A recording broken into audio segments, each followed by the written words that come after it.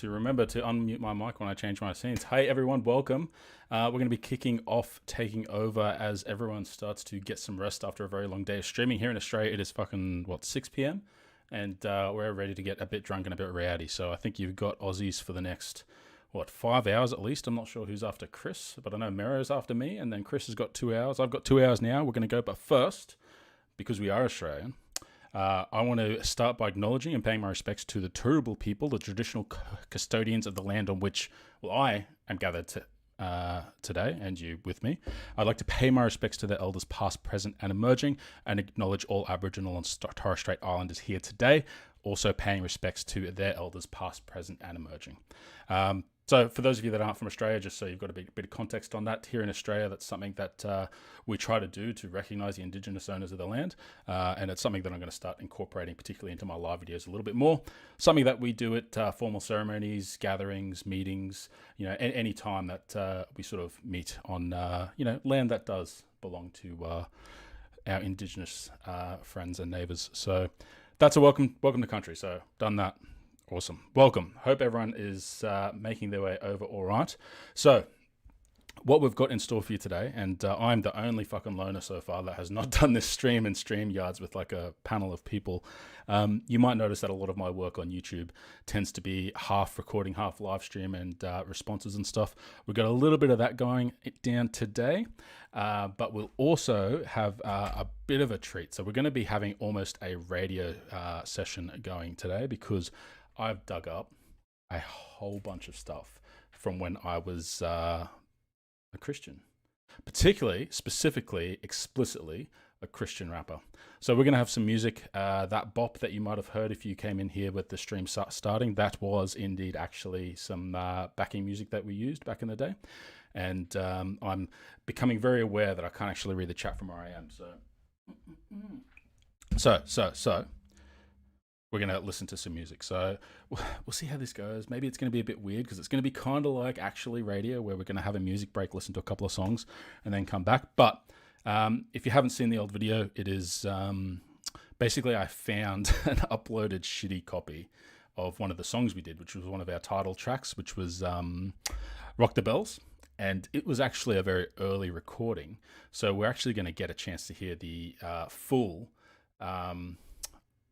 master final form recording of that song. That's going to be a little bit later in the 2 hours that we've got today. But we're going to be going through some of the tracks that were in the LP that we did. So this was Christian Australian hip hop. So I know that's going to potentially trigger some people that don't think that hip hop is something that happens outside of America or hip hop that is something that happens at Christian. And we've got both going at the same time. So reserve your judgment, enjoy. And we're going to do the first couple of songs now. So let's figure out. So streaming on YouTube's sort of brand new to me, so we're sort of doing it all a bit here and there. But we're going to start with Blazin'. And God forbid that would actually come up properly. Let's go. Come on. Turn it up.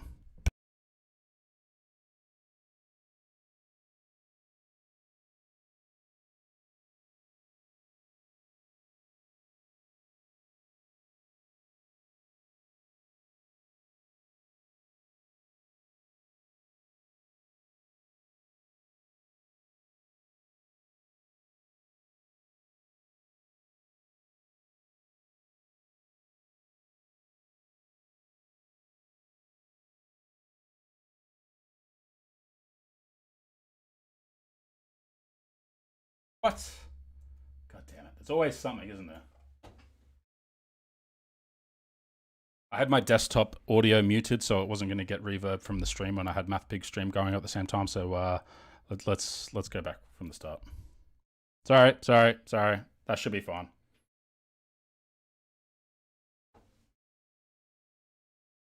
And yet it's not for some reason.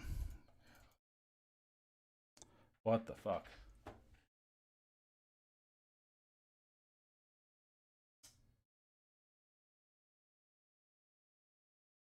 Now, I know the issue. For some reason, when I'm using my Bluetooth headphones when I'm streaming, the computer, like Streamlabs, will actually fuck off and it will be thinking it's looking at other speakers to grab audio.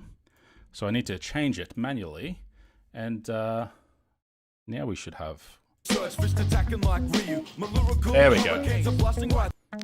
There we go.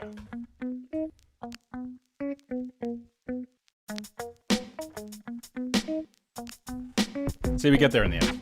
With my sonic surge, fist attacking like Ryu. My lyrical hurricanes are blasting right through you. Attack as I'm taking out the whack. The plain and simple fact is I'm stepping up to bat. With the beat that's flat, I start falling to the track. Pulling rhymes out of hats, rival words are what I pack. I'm never going flat, I try a different tack. Put my mark on the map, never live like a sap. I run out of words that'll rhyme with that, but I feel a new surge. I change what's happening, no matter what happens. Living life like a chaplain, but not the Charlie type, stuck in black and white. But a Bible arts master, a black belt in the fight, holding what's right with the Jackie Chan mic. Don't need to understand the difference. I love the random Christian references in there. I bring healing when I MC. Words, raining, mics, flaming, blazing with the ability to reach. It's amazing. Minds, scoping, enemy choking, leave 'em in a state of true hope. Rhyme spoken. Similes and metaphors, so you know the crack and doors are yes their own conclusion from my woven illusion. This MC Lee, she carried this whole thing. But I get the boys screaming from the Pacific to the Atlantic Ocean. With a style that's pure poetry in motion. I got a nature that's organic, or precision that's mechanical, like Valentino Rossi in the MotoGP. Don't you know that I'm in pole position? I heat it up like Thai woman's on Michelin. You know I keep it flavor son, cause yes I got the flavor son to get the crowd mobile. And yes I rock it so wild that even Steve-O and be like, crikey. But you're one like his crux, I don't bite, see. I let the Holy Spirit guide and inspire and glorify my Messiah. Words, raining, mics, flaming, blazing with the ability to reach. It's amazing. Minds, scoping, enemy choking, leave 'em in a state of true hope. Rhyme spoken. Words, raining, mics, flaming, blazing with the ability to reach. It's amazing. Minds, scoping, enemy choking, leave 'em in a state of true hope. Rhyme spoken. Dissolving thought like pharmaceutical, it's the word chemist. I'm blazing with my lasers, cut you down like Phantom Menace. I grab the microphone and sow more seeds than a farmer. Chime you with my lyrics, I'm energizing like a runner. I enter in these unseen wars, soar through oral galaxies. Fire rapidly like Brandon Lee when I abandon thee. Dark proximity, venture sea, words venomously. Needing antidote, I offer hope approaching lyrically. Enter the millennium, attacking like the Falcon. Fresh like talcum, standing a battle in the middle, just like Malcolm. I make a stand regardless of emotion or commotion. I bring a fix of linguistics and mix it like a potion. With honest thought, never abort critical conversation. Conduct a flow just to show eternal orchestration. My mission statement staying adjacent, bringing a solar placement. Keep our words and verbs raining, cause their heads are faking. Words, raining, mics, flaming. So here's a question, right? As we sort of come to the end of that song, we'll turn that down quite a bit. Can anyone actually spot what verse was mine? So obviously it was either the first or the last, because my wife couldn't pick me out when I first showed her these songs, and I'm wondering if that's yeah. Hey Jesse, how's it going? But could anyone pick out who I was in that song? The chat's going to have a bit of a delay. So I have actually arranged these songs, I think, from my least favorite to my favorite. That's not to say I don't enjoy this song. I thought I still quite enjoyed it. Like, here's the funny thing, right? With a bit of time and a bit of distance from my old Christian hip hop, coming back to this. So this is all from 2002 to maybe 2004 at the latest. And like with that much distance, like that's almost 20 years. I think we did good, decent music, right? Like take away the Christian elements. I think the music was chef's kiss, because I still was sort of bopping to it while I was finding all this stuff. Basically, one of my mates had a cardboard box underneath his house. It's a house called a Queenslander. It's like a house on stilts, built in Queensland so that there's a lot of airflow around it to keep it cool. And basically, they were in this box that had got all damp and muddy, and there was a bunch of CDs that I had to go and plug in my DVD drive, which was broken. So we had to sort of balance one of the data cables, I think it was. No, it was the power cable we had to balance in it to make sure it was connecting. So we could get all this stuff off there. So, well, no one's answered in the chat which one they think. So in that, I was the first verse and I was the chorus. So I was the one that had the verse that had the Haruken, and I was the lead in the chorus for that. So, geez. See, now I'm getting worried that this is only interesting to me and it's not interesting to anyone else. So, suffer. That's all right. I know Manda will get a kick out of this, and I'll probably extract some of this and actually upload it as its own video as well to sort of complement that first video on Christian hip hop and stuff. Anyway, oh man, this second song is a banger. I'm partly worried my chat broke. The second song is a banger. We are going to go on with Ring It In Your Ear.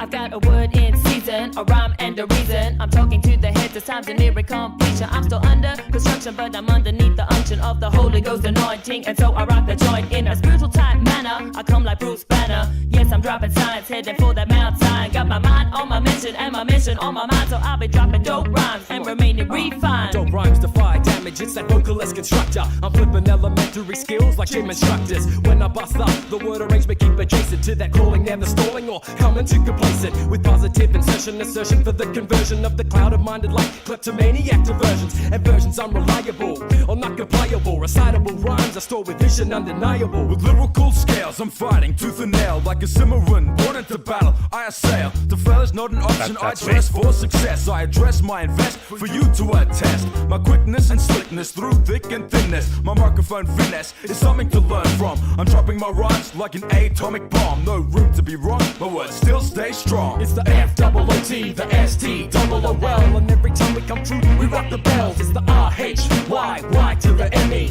Resident, armed, and the MC lead. Yo, it's the F-double-O-T, the S-T-double-O-L. And every time we come through, we rock the bells. It's the R-H-Y-Y to This the is Rock the M-E. Bells, not Ring It In Your Ear. Resident, Oh, well. armed, and the MC lead. With verbal essence, I bring these presents with every sentence. Luminance commence, so check this reference. It's reverence so intense. I speak to seek a difference. Maintenance to water this culture and flow with excellence. As we unfold the story told through the way we flow. It's Footstool Rhyme plus divine, move like cruise control. We take a hold of the equation, close the separation. Triple T for Elohim, master innovation. Three from Harvey, we spark the community of hip hop. Drop the lyric surface unity, we come together and keep the rhymes clever. Put pen to the page and travel blue lines forever. So I'm a worldly resistor, feeding on that holy scripture. Then I bring the buena vista for the misses and the misters. See, I made my decision, so I'm bringing through the vision. And I told you all before that I'm on a mission, though the mission seem impossible. I know with God all things are possible. So gonna trust, not be afraid. I bring on through the Kool-Aid. Yes, I'm dropping dope rhymes for the ones getting played. See, I'm not an agitator, peace to the educator. Only doing this for and because of my creator. It's his grace supplies my need, and so I rock this industry every time the way it's supposed to be. With words desirable, I grill like teppanyaki and decree. These phrases are locked in like car keys. The Red Sea was parted for free. No fee to be or not to be has degrees of answers. The qualifiers in the shades of grey we see today. I pray one day my work is paid. It's the poor MC, but rich I gains in creativity. My poetry, I embed with certainties. I strive to save the masses like a super saiyajin. Raise my power level, shake the earth and I begin. With instant transmission, then the power of fusion. I join with the sun and then two become one. It's the F-double-O-T, the S-T-double-O-L. And every time we come through, we rock the bells. It's the R-H-Y-Y to the M-E. Resident, armed, and the MC lead. Yo, it's the F-double-O-T, the S-T-double-O-L. And every time we come through, we rock the bells. It's the R-H-Y-Y to the M-E. Resident, armed, and the MC lead.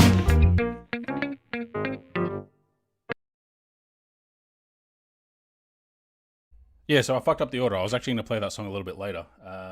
So that's actually the track that I released when I hit 200 subs on YouTube, except the version I got was an earlier version. So the way that works, like I noticed I did get that question about one verse per song and what we recorded with. So the tracks that I've found are actually, well, to answer the first question, the amount of verses or bars, as we would put it, that we would have in each song, it changed on the song. It changed what we're trying to do. So if we're trying to do a sort of party hype track, so like in that one, we both did two, I think, 8-bar verses or 12-bar verses.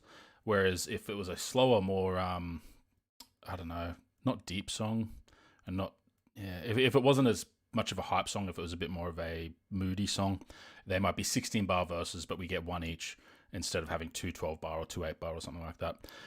We actually recorded most of these in Melbourne, in a place called St Kilda. we flew down for about a week to basically stay in this guy's apartment where he was a full-on sound recording studio setup, professional DJ, and he just had a room full of albums and stuff. It was amazing. And we just every day would wake up and we would just record and keep, trying to get like the right sort of sound out of it. I'll tell you what, I was streaming this week on Twitch, just gameplays and stuff, and sort of going through this whole crisis over what I'm doing on YouTube, what I'm doing on Twitch and stuff. And when I found this stuff, I found it like a week and a half ago, and I only got it off the computer. Well, no, actually, I had audio discs that I'd listened to over the last week or something. And when I went to stream on Thursday, I was listening to some of this stuff because I was like, I need to get this ready for the stream today. And I was like, shit, is this the creative peak of my life back when I was like 19 and 20? That made me sad. So but that's all right. No, we don't need to be sad. We need to be happy. It's all good. I'm okay. I swear to God. So other stuff that we had for the stream, it's not just going to be the hip hop stuff, but I'm happy to answer any questions on it as we go. I do have some pictures of performances, including the highlight performance, which we'll probably do a bit later in the stream as well to sort of break things up a little bit, because you've got me for 2 hours, you poor souls. And if my notes would open back up. So some of the stuff that I wanted to look at today. I've got a video I know it's gone to a few people, and I've seen at least Aaron Ra do a response to it as well, where there was I think it's a Catholic priest that was just asking generally, hey, atheists, here's a question, here's, an open letter to questions for you. And also we have got there's a live stream I did back in January. There's a company called Little Light Studios that do documentaries, right? They're a Christian organization that exposes the satanic messages in media. And they did a documentary on anime. Now, I'm a fucking weeb. My desktop has given that away when I was switching over to look at some of that stuff. And, okay, hear me out, right? Hear me out. Judge me for this, and I'll defend myself, but, see if you can change my opinion on this. I broke down because they posted episode 1 on YouTube for 48 hours, I think. And it just so happened I saw it, and I was like, you know what? Fuck it. I'm going to live stream and I'm going to respond to this. And I did, and that stream did really well. Like, not that it's all about numbers and stuff, but hey, it's like I hit something on the algorithm, and I think after the stream it picked up like 1,000, 1,200 views. So I've been sitting here waiting for part 2 of that documentary. Unfortunately, it looks like they've decided to paywall part 2, part 3, and part 4, which I released. I have rented part 2, 3, and 4. So we're going to go through part 2 during this stream as well, and look at a bit more anime and stuff. I know you've all had, potentially, depending how long you've been here, you've had the Star Wars, you've had the proper, mainstream nerddom. I'm going to bring you over to the niche. I'm going to bring you over to the waifus. I'm going to bring you over to the mecha. And I think the one that we're going to be looking at actually is more about Full Metal Alchemist, and potentially Neon Genesis Evangelion. We'll see how far we get though. It's an hour documentary. Obviously, we're not going to watch an hour documentary on stream. And I've only got you for 2 hours.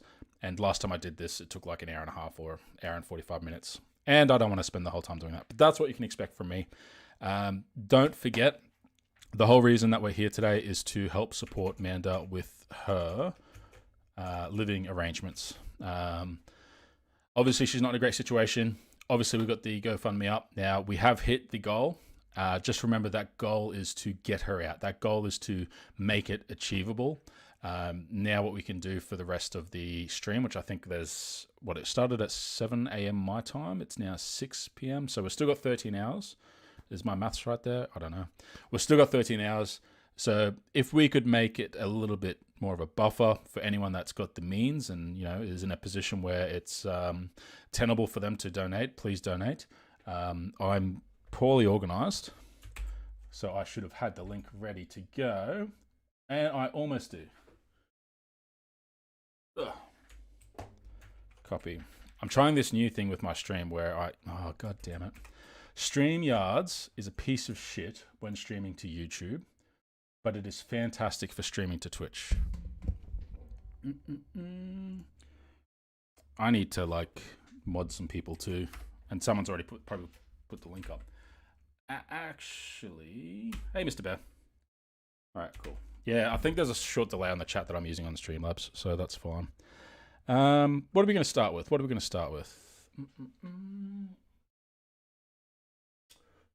Let me just check the chats.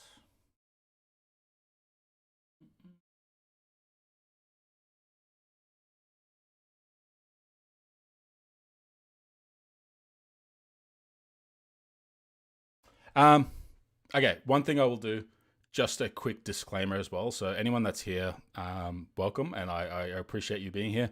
I am not explicitly anymore an atheist creator.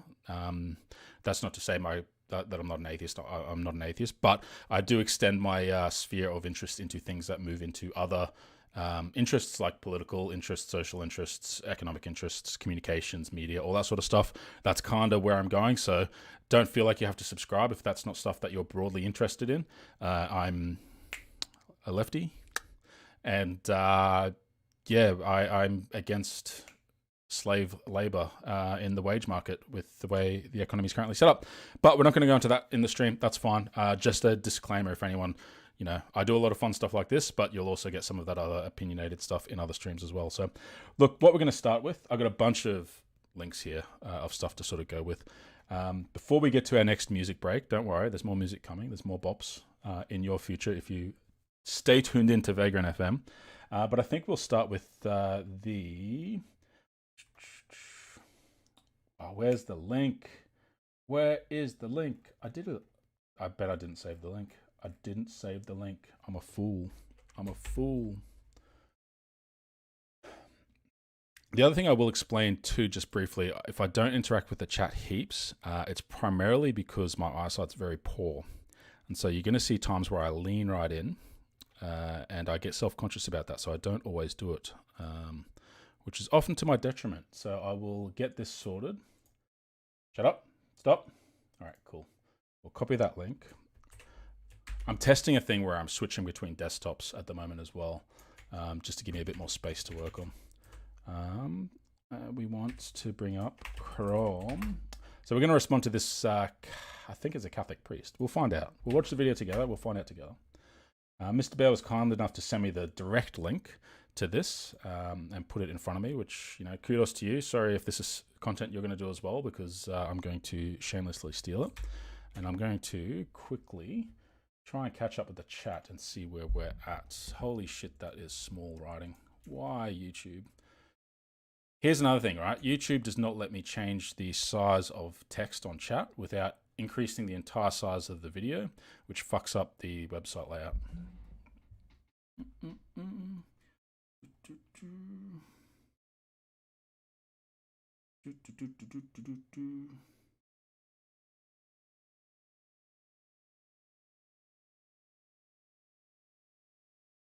All right, cool. All right. I'm here. It's all right.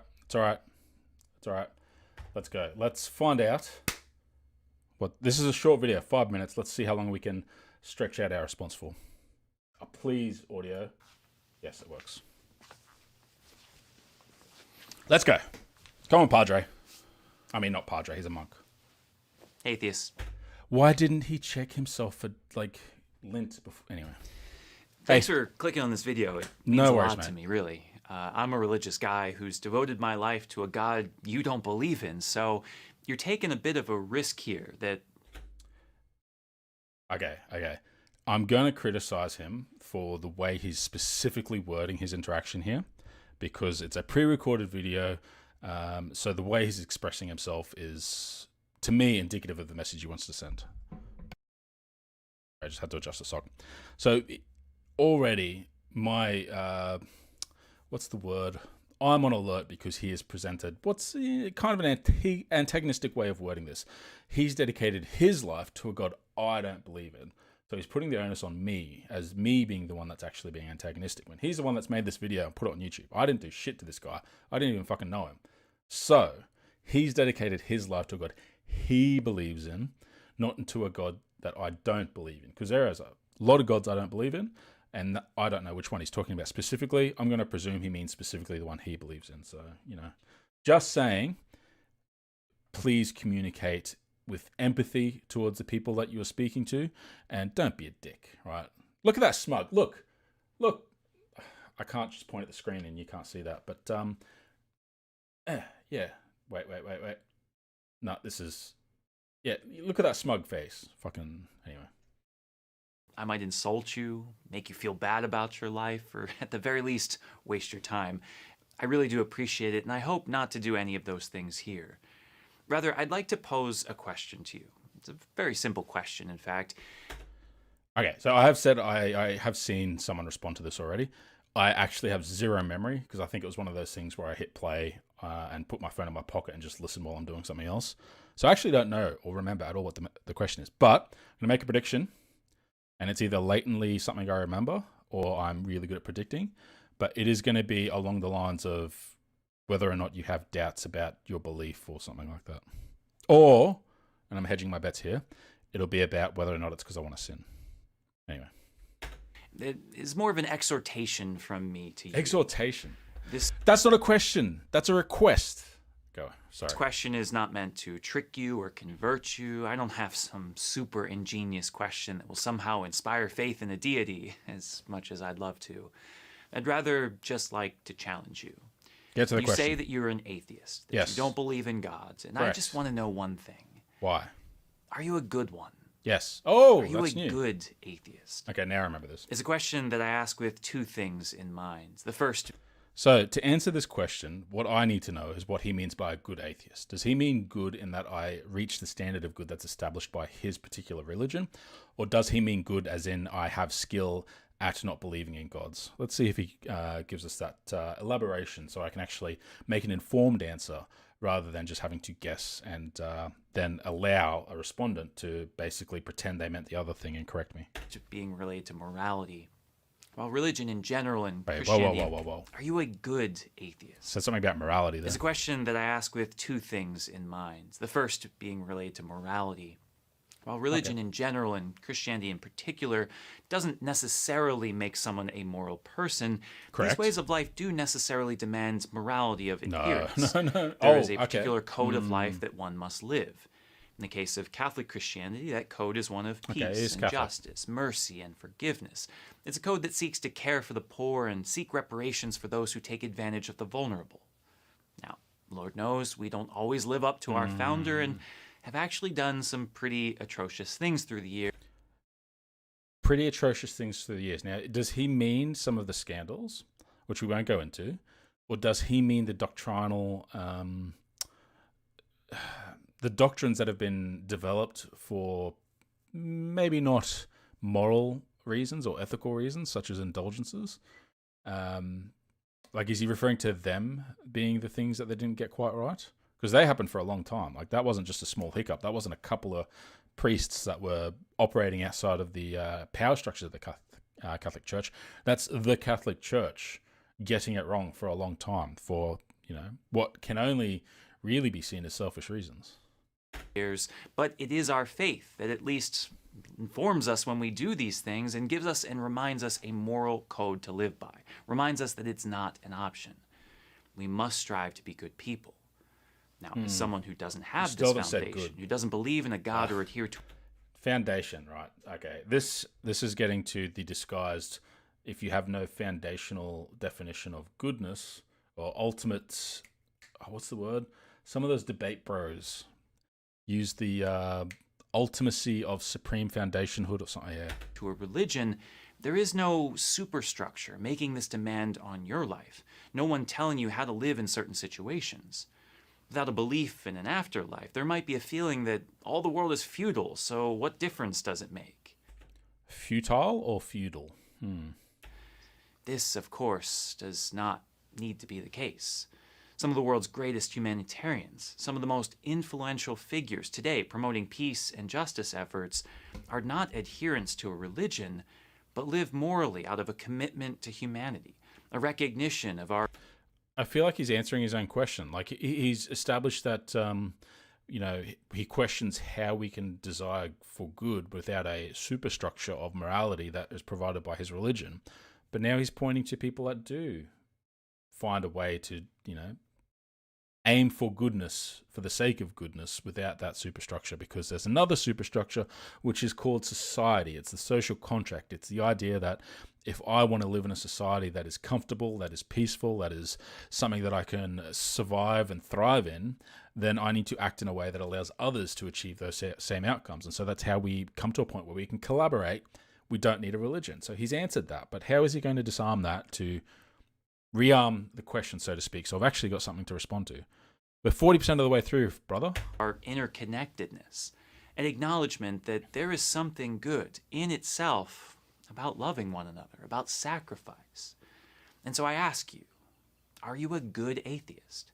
Yes. Even though there may Maybe? be no eternal reward or punishment, even though you're free to do whatever you want, do you choose the virtuous path that benefits not only you, but others? I hope so. The world needs good atheists. I feel like this is a pointless question. So, again, we've got the premise of, like, without the promise of the afterlife, people will, or at least the fear that people are going to behave badly because of no punishment. But if I go and steal from the shopping center, there's a punishment. If I call people fuckwits to their face, there's a punishment. If I, jump on a train without paying for a ticket and get caught, there's a punishment. There are punishments for bad behavior in society. They don't need to be eternal punishments. They can just be fines. They can be social stigmata. They can be, well, not stigma. Sorry, got Catholic on the brain. So there's plenty of immediate ways where we get punishments for our actions. I don't like the word punishments because punishment sort of indicates revenge as opposed to rehabilitation. But you break the social contract, then there are certain social expectations or rewards that are withdrawn from you for breaking the contract until you can sort of reevaluate your position and maybe not be a dickhead to people, and then they will reciprocate. That's what we call a social contract. So come on, give me something. Now, of course, the word good points to more than just a sense of morality. It also represents an evaluation of aptitude. The skill one. See, I got the skill one. I want to know if you're good at being an atheist. Do you articulate why you don't believe in God in a coherent way, or you just think that religion's dumb, so use logical fallacies? Have you explored the depths of your mind? Tricky. Suggesting that you're a bad atheist if you can't articulate why you're an atheist is essentially, it's kind of knocking on the door of prove God isn't real, which is a fallacy, right? The burden of proof is on the positive claim, and if someone lacks a belief, they don't have to prove why they don't have the belief. That's different to someone saying there are no gods. Then you've got the burden of proof. We all know that. We've all gone through it. But he's the one posing the question, and he has shifted the burden of proof onto me to prove why I'm not an atheist. Funny story. All those CDs I was talking about where I got that music, I also got my old religious, all the work I did in Bible college and stuff. So I could probably figure out in some of that why. Funny. Anyway, we'll get to the bottom of this, and maybe I'll see if it's not really a funny story, but anyway. Mind and heart, asking the real questions of life, of death, faith and reason, seeking to understand what this human life is really about. You just not want to go to church, so this'll do. Have you read the critical atheist thinkers of history? You know what? I don't want to go to church. There's a reason, though, I don't want to go to church, right? It's because going to church costs me a lot, right? It costs me half of one day every week. So what's that? That's going to be like 25 days in the year. So that's maybe... Let's round it up, because you don't just go to church on Sundays if you're a good Christian. You go to, prayer groups. You might go to life groups and all sort of stuff. Let's call it 10% of your life goes to going to church, 10% of your time. And then let's look at finances. 10% of your finances go to the church as well. That's a hell of an investment. Imagine if I saved 10% of all the money I made in the last 10 years and could have that in a bank account versus have gone to the church. I'd probably pick the money. And the reason is because I can find no tangible benefits to the self I had as a God-fearing Christian and to the self I have now. And I say that from a moral and ethical sense, and in the way that I can empathize with my desire to have well-being, my desire to see others have a good life. I am probably more engaged with the ability for others to be self-determinate in the way they want to live their lives, in the way they want to achieve happiness, and in the way they want to express themselves compared to what I was 10 years ago. I'll tell you what, here's a treat, right? I was going to figure out a way to get this in. Do you want to see Christian Sam? Like, literally, do you want to see Christian Sam? Because I've got a video of Christian Sam. Now, there's nothing crazy in it. It's not me preaching or anything like that, but it's a little glimpse into my life back in 2002, which is kind of funny. We'll get to the end of this, though. People like Nietzsche, Sartre, Feuerbach, Heidegger, people who really ask the challenging questions, who pose thoughtful insights of the world. Or you just stick with people like Richard Dawkins, people who provide... Boo! No. Again, it actually doesn't matter whether or not I've got a leader that is good at atheism for me to follow to justify my atheism. I actually don't care. I actually didn't come to atheism through a movement or through a person or through a revelation that was external to myself. I came to atheism through a gradual decline in religiosity in my own life. Probably took about 10 years between being 21 and 31, where my belief scale went from I'm going to church, I'm not going to church all the time, I can't remember the last time I went to church. I'm sure I'll end up going to church again later in life and I can repent for my sins. I don't believe in sin. Okay, I'm actually an atheist. That's took me 10 years to go through that. Granted, a lot of that time there was no pressure on me to make a black and white choice. I think actually it was about 2 years ago when our beloved Prime Minister gave said a prayer for Australia at a church conference event, which is so funny to me now because he did that again recently. But that's what kind of activated my atheist powers, is sort of seeing that influence coming into policy within our government, which was not something that was particularly attractive to me, which is what started me doing content. Funny, it took me so long to get back to doing things that were potentially political. Great sound bites for the cause, yippee, but do little to add anything to the world other than strawman arguments and divisiveness. Have you read... Okay, Christians talking about adding divisiveness to the world. Please look at the plank in your eye before complaining about the splinter in mine. Because if you want divisiveness, Greek Orthodox, Roman Catholic, Protestant, a billion Protestant different denominations, you've got your Mormons, you've got your JWs, you've got your Seventh-day Adventists, you've got your Pentecostals, you've got the Baptists, you've got the Methodists. Like, if you want divisiveness, they literally arrange themselves into denominations because they cannot accept doctrinal differences between each other, down to the point where, there are certain ones that count what are called sacraments. So sacraments are things like the Eucharist, which is the blood and the bread, the wine and the bread, which is the blood and the body. In Catholicism, other sacraments include things like confession, like that's actually a sacrament that is required for redemption. Mr. Bear, you could probably correct me if I'm wrong on that. I think, now this is where I don't know, but my understanding is like maybe 12 sacraments in Catholicism, like you got your rosary prayers and stuff, whereas Protestants might have 3 or 4. Like for Protestantism, they sort of rejected a lot of the sacraments and went down to basically communion or the Eucharist, baptism, and I'm really rusty on that stuff. But they discarded a bunch of the sacraments anyway, and that's sort of where they get the distinction, and they just divide. Crazy. But where the divisive... Okay, yes, atheists are divisive fucks, I know. Like, you see the arguments online, it's a fucking shit show. Part of the reason I've dropped the label of atheist myself, not because it doesn't describe me, but because it's not a label with utility directly to what I want to achieve on online. Read for yourself the works of real theologians, people articulating our beliefs in the best way we know how. Karl Rahner, John Henry Newman, Joseph Ratzinger, Augustine of Hippo, Henri de Lubac? Or do you stick with the simplicity of evangelical pastors from some rural anti-intellectual church? My church was anti-intellectual. True story. one of the main reasons I got disenfranchised was I was passionate about being a pastor. So I guess this is kind of answering his question, because this is how I became an atheist, and this is why I am skilled at being an atheist, because I can actually articulate quite clearly to Christians where I went through. I wanted to be a pastor from about the age of 16, and in Australia that was about grade 11 and 12. So I know when I went into grade 11, I was like, I don't need a fucking OP, which is how you get into uni, because I'm going to Bible college. And in Bible college, you need a 24 out of 25, with 25 being the lowest and 1 being the highest.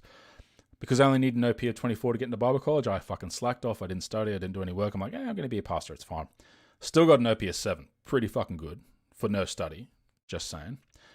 And I decided I was going to go to Bible college, and I was going to get a bachelor's degree, full university course in theology. My pastor at my church had an advanced diploma. Now, I'm not shitting on TAFE courses, because TAFE courses are just as valuable when it comes to education, particularly for vocational skills. They operate differently from universities in that they focus on day-to-day skills versus academic and theory and all that sort of stuff.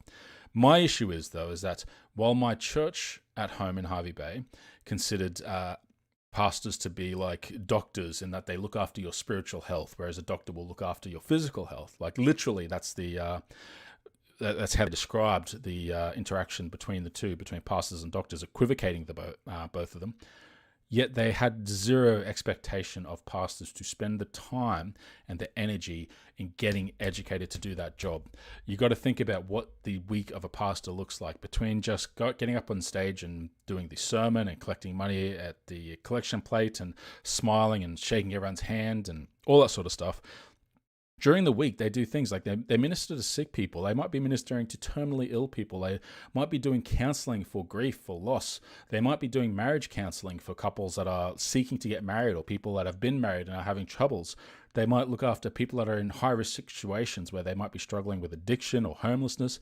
Like this suite of issues that pastors have to face and are expected to face in the community, I thought, you know what? I better get an education. I better learn how to deal with this stuff. And a bachelor's degree seemed suitable. If I want to be a spiritual doctor, I should try and do, I know it's not even close to a medical degree, don't get me wrong, but I should at least get a bachelor's degree first. And in my head, I was like, you know what, one day I might get a PhD or a master's and move on from there. Spoiler alert, didn't get that far, but that's my mindset. Meanwhile, I've got this podunk backwater church who started to get not suspicious, but dismissive of the things I was learning. And that's what sort of set me on the path of, hey, maybe you guys aren't all that. Maybe this isn't all that cool. And hello, atheist YouTube community. Let's go. I ask all of this not to be accusatory, at least not overly accusatory, but to simply challenge you to go deeper in your thought.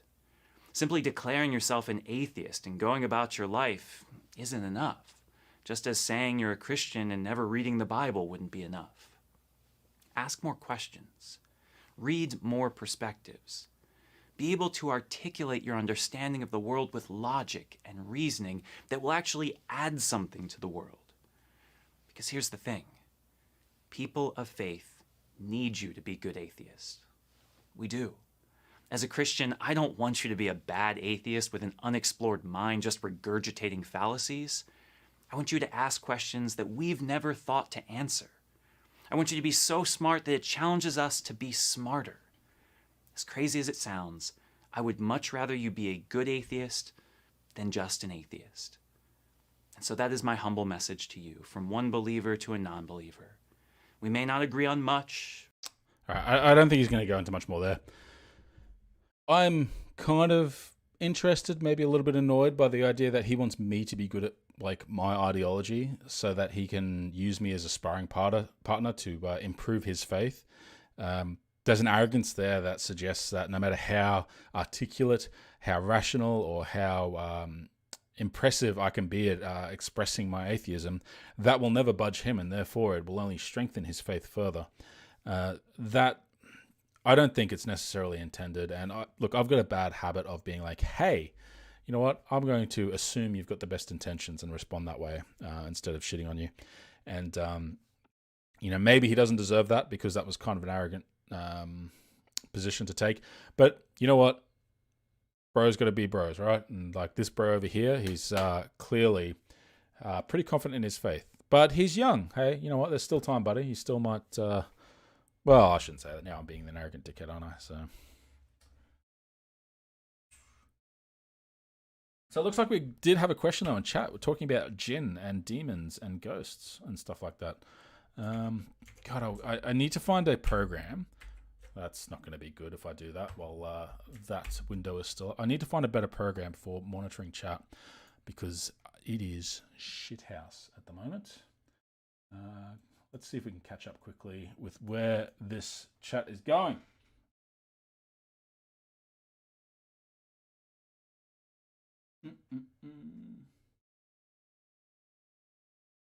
The ancient technology, I think what you are potentially coming up against is by saying, hey, if you saw something, wouldn't you believe?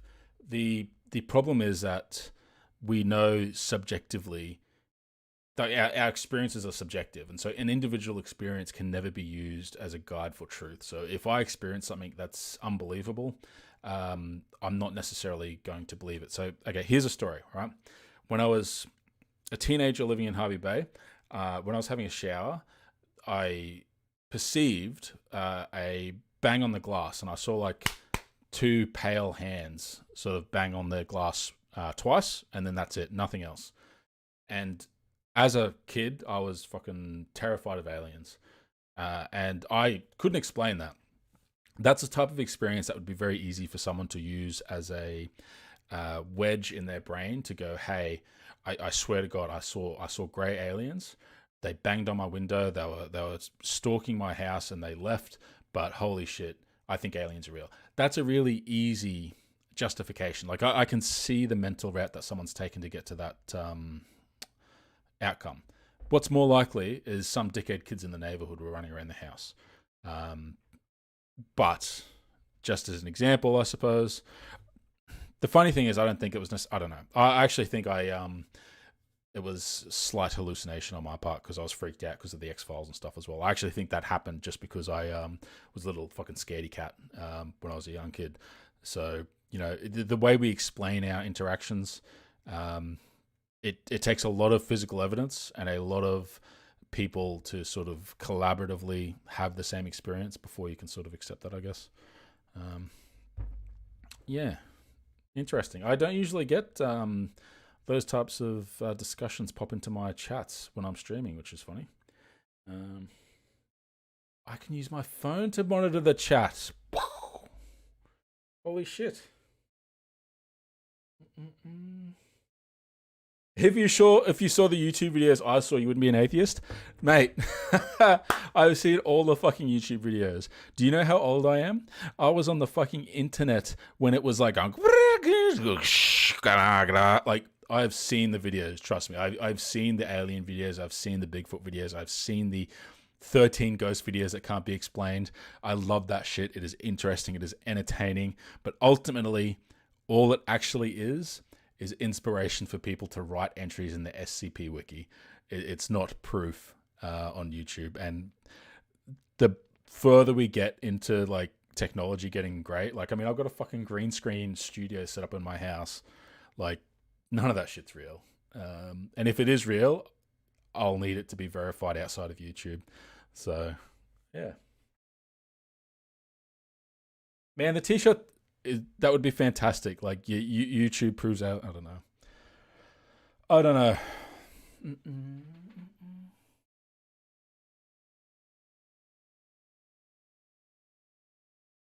Yeah, look, here's the reason. One of the main reasons I sort of, like I said, I don't want to say I've moved on from atheist content because I still obviously do dabble in it and stuff.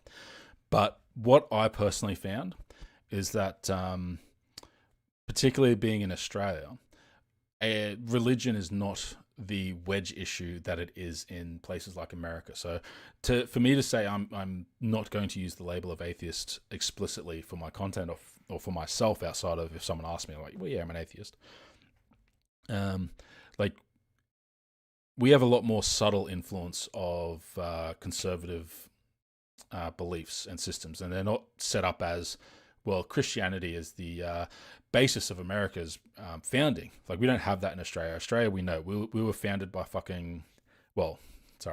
the white Australia was founded by criminals that were sent over on fucking convict ships. So we know that we're a bunch of ratbags, and we treat our indigenous people like shit. So, like, there's no national pride that's caught up with religion. So the issues that I sort of see and that sort of affect me are a bit more social and economic, and it's pushing back against conservative narratives that we see. So I live in Queensland, and for example, in Queensland, I myself cannot buy a newspaper that is not owned by Rupert Murdoch. Fucking American coming here and buying all our fucking newspapers in Queensland, shutting down the ones that weren't profitable after he bought them, and then using the ones he does own to set the tone in terms of what news gets talked about on the media. Because even then, when there are news shows or news outlets on the TV that aren't owned by Murdoch, and a lot of them still are, they still use newspapers as the source to sort of set the discussion table every day. So I see issues coming from that, and that sort of leads into things like climate change denial. Climate change denial, which is now not explicitly denial, but hey, yes, the climate's changing, but we're not going to be able to stop other countries from burning fossil fuels, so we shouldn't be inventing and creating renewable technology to sell to them cheaper than coal. Or things like, what's the role of religion in schools, or what's the role of gender norms? All this sort of stuff is stuff that I found a bit more interesting. And that tends to be the intersection between religion and atheism that I'm interested in. So I sort of expand it out and find topics that I like to talk about. If you look back in the backlog of my channel, so for example, I attended the BLM marches in Brisbane back in, was it June last year?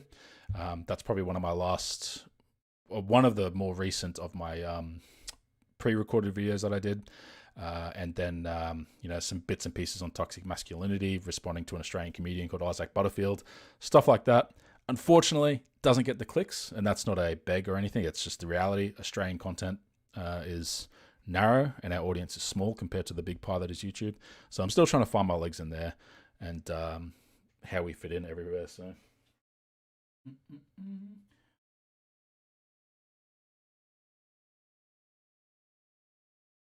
There you go. You got my head because I was leaning to read the chat because I forgot I've got it on my phone. I can just put my phone in front of my face and read the chat from there. Fuck, it's great not having good eyesight and being almost blind. All right, so what time is it? Jeez, who agreed to do 2 hours? Fuck me. Oh, I promised, didn't I? I said I was going to show you Christian Sam. Now, apologies up in advance because okay, Mr. Bear, I know you'll enjoy this because of the implications of.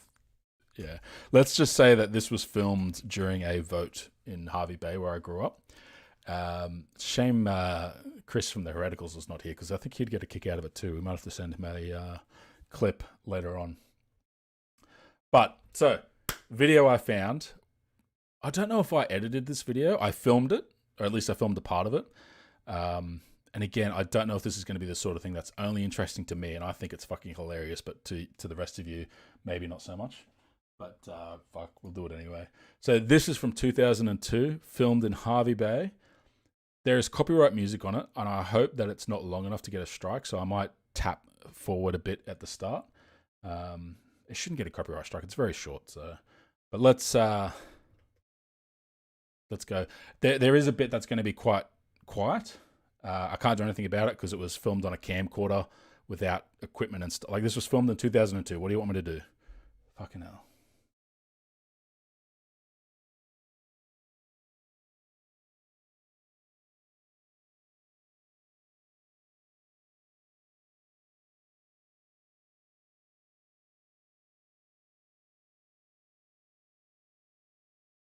Voting for, and who are we going to vote for? I'm the cameraman here, by the way. For the Greens, all right? This is from the Orange State High Chapel people. Yeah. Green State Heights. Don't even worry about anyone else because the Greens, like, they got all this dodgy stuff. It doesn't matter. Dodgy stuff by the Greens. Hey, man. Anyway, no, seriously. Look at his shirt. Family first. Do it. Family Do it. first. Think about it. Fuck. Oh, welcome Oh my to Bringing God. It to Your Face. And guess what, ladies and gentlemen? We are bringing it to your face. We are here on location at Urangan State High School on election day 2004. Look at that exposure, man. Look at that resolution. 4x3 aspect. Clips from what's been happening at youth. But first, we're going to take a walk through memory lane. This is my high school. This is where I went to high school. But first, I'll take We're going to vote. through a few stuff that our youth has been doing. We had the car wash, which was on Saturday morning, which had a great turnout. We had $300 raised for those kids that can't make it to Planet Shakers. We also had Rainbow Beach with a huge turnout. Sorry. So we had a car wash where we raised money, $300 to send. That would have been about 3 kids to go to a Christian conference in Adelaide. Fuck me. Going last week. They were having fun rolling down the hills and getting stuck on the cliffs. We also had Inferno, which had the likes of Footstool Rhyme. That's the canteen right there with the that's where we'd go for lunch. We get our 80-cent sausage rolls. And I paused it at the wrong time. He's about to shout out Footstool Rhyme. Inferno, which had the likes of Footstool Rhyme, Rookie, and Void Renew, giving their stuff all. And now we're on our way to vote. Let's vote for Family First. Lots of toxic masculinity are beating that kid up. There's me. Check out my ponytail. Bringing it to your face. I got a leather band on one arm. I've got a sweatband on the other. You've got a special movie premiere. Wait till I turn around. Look at that ponytail. It's fucking frizz, man. Like, basically, it's a tied back afro. I've got a picture of the afro actually. This spectacular is him getting decked. And now let me engage in some toxic masculinity on beating the shit out of this kid. Oh shit! Is that going to be copyright music? I'm gonna mute that just in case.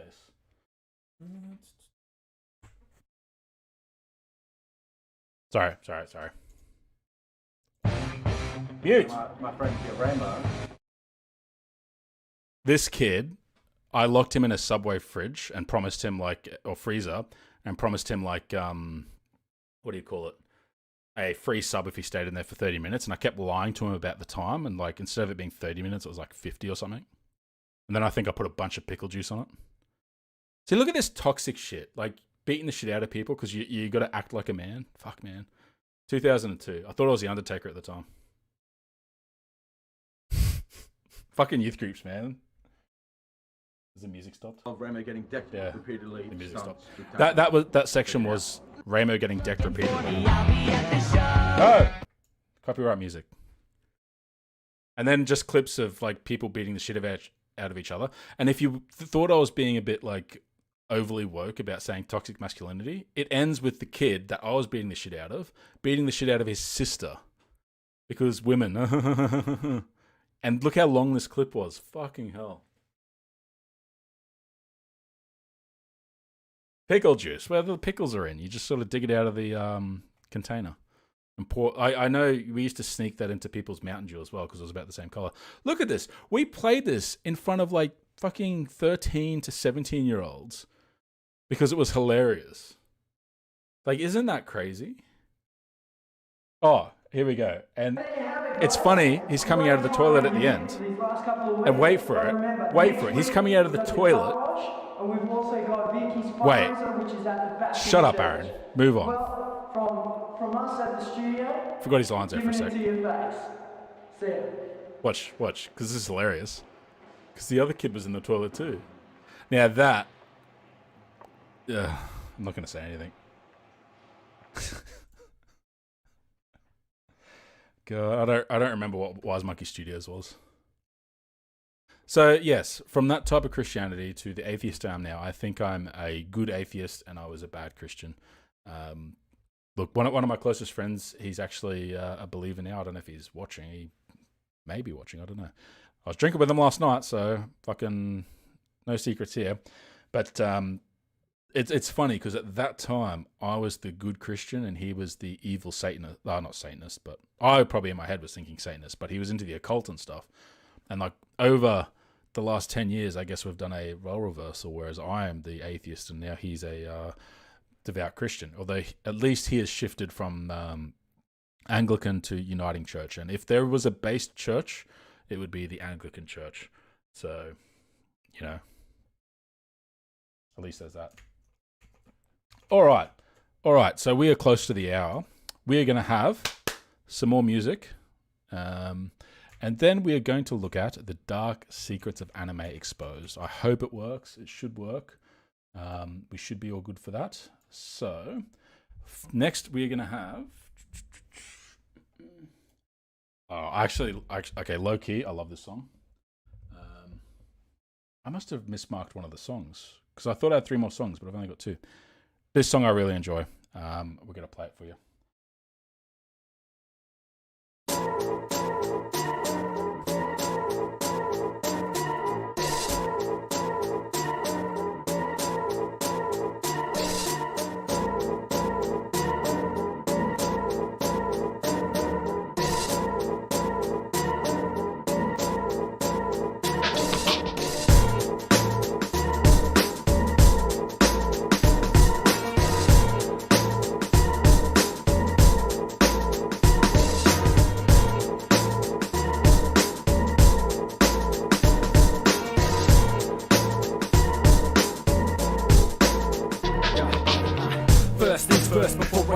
Another verse going head first. Worst comes to worst when these posing MC fleas start rhyming. Way out of line and past their bedtime. Now I'm hoping they resign, cause the positives preach by betrayal of their party mouth. Shallow speech like a leech sucking on the life source. I reinforce there's no commission in your mission, cause you're off course. You cats are simply kittens hiding in the lion's mask. Persona puffed up, daft in your way of task. Trying to roar, but it's the quiet ones to watch for. That makes you loudmouth clowns, king of folklore. But I'm not buying all your hardcore antics or your LP. Don't need the misery. There ain't no sense in your lack of intelligence. Just lack of relevance with evidence of negligence. You're killing me softly with this song, boy, you're killing me softly. You're killing me softly. Oh yes, you're killing me softly with this song, boy, you're killing me softly. You're killing me softly. Oh yes, you're killing me softly with this song, boy, you're killing me softly. You're killing me softly. Oh yes, you're killing me softly with this song, boy, you're killing me softly. My deck of deuces, I decimate with aces, placing all your faces in pumping pleasant places like Peter Piper picking peppers. I take quicker steppers, losing all your iron vests, hitting hard like show your reppers. So don't step or I'll hunt you with my mecca. Like the go-getters, we're always getting better. We're coming to the place with more than chit chatter. If you think you sound fat, you know I sound fatter. But sound, it doesn't matter, cause I'm here for the industry. Your rotten rhymes wreck the real scene. For the real MCs, no place can be found for your whackness on CDs or even on stages. I stand here amazed. You deserve to be caged instead of leeching off the young age. A vampiric desire causes me to call that fire. Put your pat on the pyre. You done here, man, cause I can pull a better run out of my A, man. You're killing me softly with this song, boy, you're killing me softly. You're killing me softly. Oh yes, you're killing me softly with this song, boy, you're killing me softly. You're killing me softly. Oh yes, you're killing me softly with this song, boy, you're killing me softly. You're killing me softly. Oh yes, you're killing me softly with this song, boy, you're killing me softly. They coming rolling and they're ready to rock.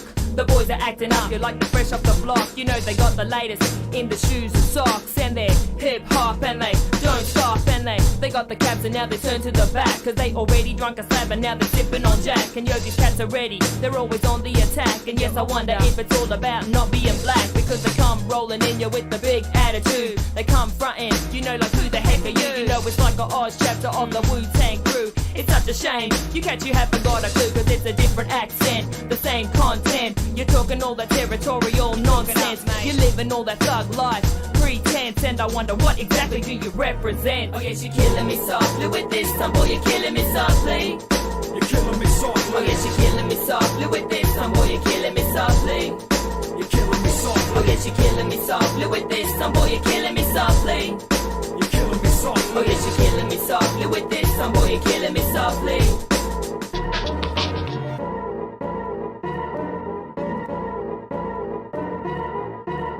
I do like the show your reppers in there. So again, another Street Fighter reference. We've already had a couple. You can tell what I've been watching in 2002. Come on, that ending. It's a long ending. There it goes. All right, stop.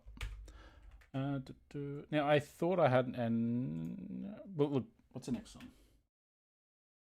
Okay, another song. I need to have a bit more to drink and rest my voice. No horns, come on.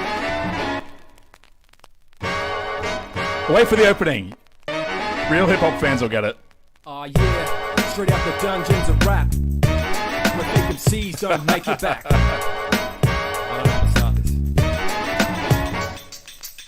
Feeling the beat, I start to speak a fleet of metaphors. The verbal herbivore, keeping beats and lyrics raw. I stay organic with a plan to get you on the floor. Well equipped to spit, told you before, you don't wanna roar. You can't escape from moving when we step onto the stage. I ride 'em up a storm born on a blank page. Persuading movement when I rip it on the kick and stare. Sick of the crowd who hear the sound and simply stop and stare. Sparking your interest when we serve it like surprise chef. Rise upon the treble clef with nothing less. We express that energetic, drawn like magnetic heads we never miss. Sometimes we do it like that, but now we're doing this. Ripping, this is our return like Lancelot to Camelot. I'll ransom what I got, which ain't a lot, but I never Come stop. on, this I'm one's a solid than bop. rock. Right. The head's forever pop. We see them body pop and call it hip Hip hop. hop. Try to resist it if you can, but I bet you can't. We keep it moving from the start, when we impart rhythm, this and vision, we're a catalyst. We do it like that, but then we do it like this. They're all in Resist it tune. if you can, but I bet you can't. We keep it moving from the start, when we impart rhythm, this and vision, we're a catalyst. We do it like that, but then we do it like Yeah, this. can you hear me? I'm coming clearly, you're through your speakers, so lace up your sneakers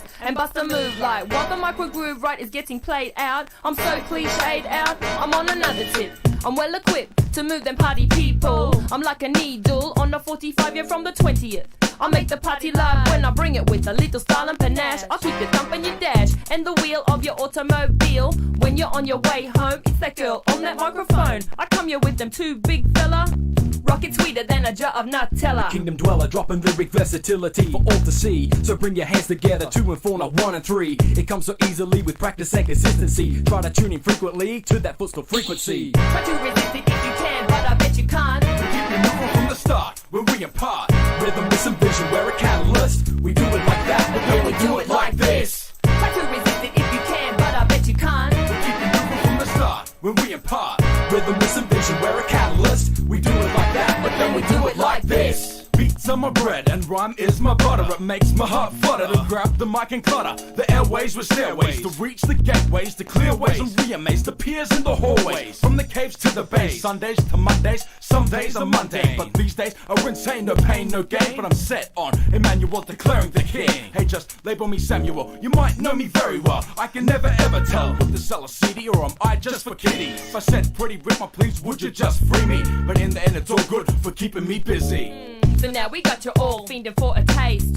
You're with the crew to satiate you with the niceness. But we slice and dice, yes, these whack crews they're fielding the weaponry we're wielding. Try to resist it if you can, but I bet you can't. We keep it moving from the start, when we impart rhythm, this and vision, we're a catalyst. We do it like that, but then we do it like this. Try to resist it if you can, but I bet you can't. We keep it moving from the start, when we impart rhythm, this and vision, we're a catalyst. We do it like that, but then we do it like this.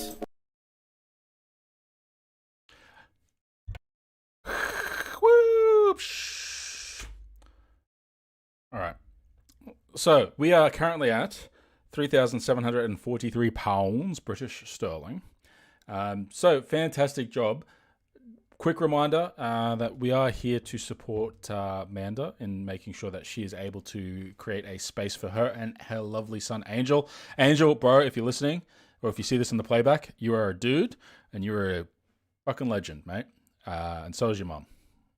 So, if you are joining us recently and you haven't had a chance to give and you are in a position to do so, please consider giving what you can give. I believe the GoFundMe will be up, I think I heard someone say for another week or so. I'm not 100% sure on that. Don't quote me on that. But, Critical Cripple. Thank you for the posting the link. I was just going to post and do it because I haven't set up a bot or anything. So I'll tell you what, we're going to get onto the dark secrets of anime. But again, I'm just being really indulgent, aren't I? Because I found all this old Christian hip hop stuff. And yes, look, I appreciate, thank you. I think Aunt Jaya, you're like, yeah, it sounds good despite the lyrics. Even the lyrics, at least, like, so when we did this, our goal was to not be Christian hip hop artists. It was to be hip hop artists who were Christian. Now, we probably erred quite heavily on the side of being Christian, using my atheist ears to sort of listen to all the references and the, talking about gods in very specific terms. So yeah, we probably fell down on that. I will say this. We got played on Triple J. Australia National Radio for lots of indie bands, particularly back in 2002, 2003. And we performed at schoolies, which, again, I'm going to convert this to American terms. Spring break at the Gold Coast on Cavill Ave. Shit you not. I shit you not. So let's have a look at the fro. Get photos. Okay, we'll show the fro first. Sorry, this is a real dodgy. You're not... Okay, I had an afro. Dead set, I had an afro. Here it is. Look at that! I was pretty cute, wasn't I? Like, I thought I was going to look back on some of these images and be like, but no, that is a 2002 Alpha Chad, right? And look at the shirt, friggin' dope. I thought I was edgy as fuck because friggin' dope was, like, that shirt was like the Christian hip-hop label we were working with. And yeah, this was taken at Sydney at a Christian music festival. I think it was called Black Stump. And we were performing in the hip-hop lineup there. Fuck, it was a good time. I'm just going to take the face cam off so I can lean forward to chat.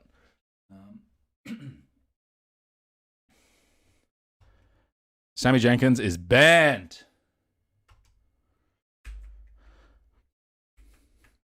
All right. So, and then... Okay, this picture, I love this picture. I'm so self-indulgent at the moment, aren't I? Look at this. This is on stage at Cavill Ave in the Gold Coast. And if you don't think Australian hip-hop is a legitimate form of expression, fuck you. Wait. Fuck you. We've got a song about that, actually, funnily enough. But come on, I don't think I'll ever get a better picture of me than this. On stage, reaching out to people, reaching for me. Fuck me. How this didn't go to my head, I'll never know. I don't know why this image viewer is a piece of shit and not letting me scroll through the things in the same thing. Look at the crowd. So this was the beach in the Gold Coast, right? So we've got the Cavill Ave to our back, the beach in front of us, and just full. And being 2002, cameras were shit back then. That's what you get. So it wasn't a pro thing or anything. And obligatory on the fucking big screen. Let's go. I got to try and put that in my channel art somewhere.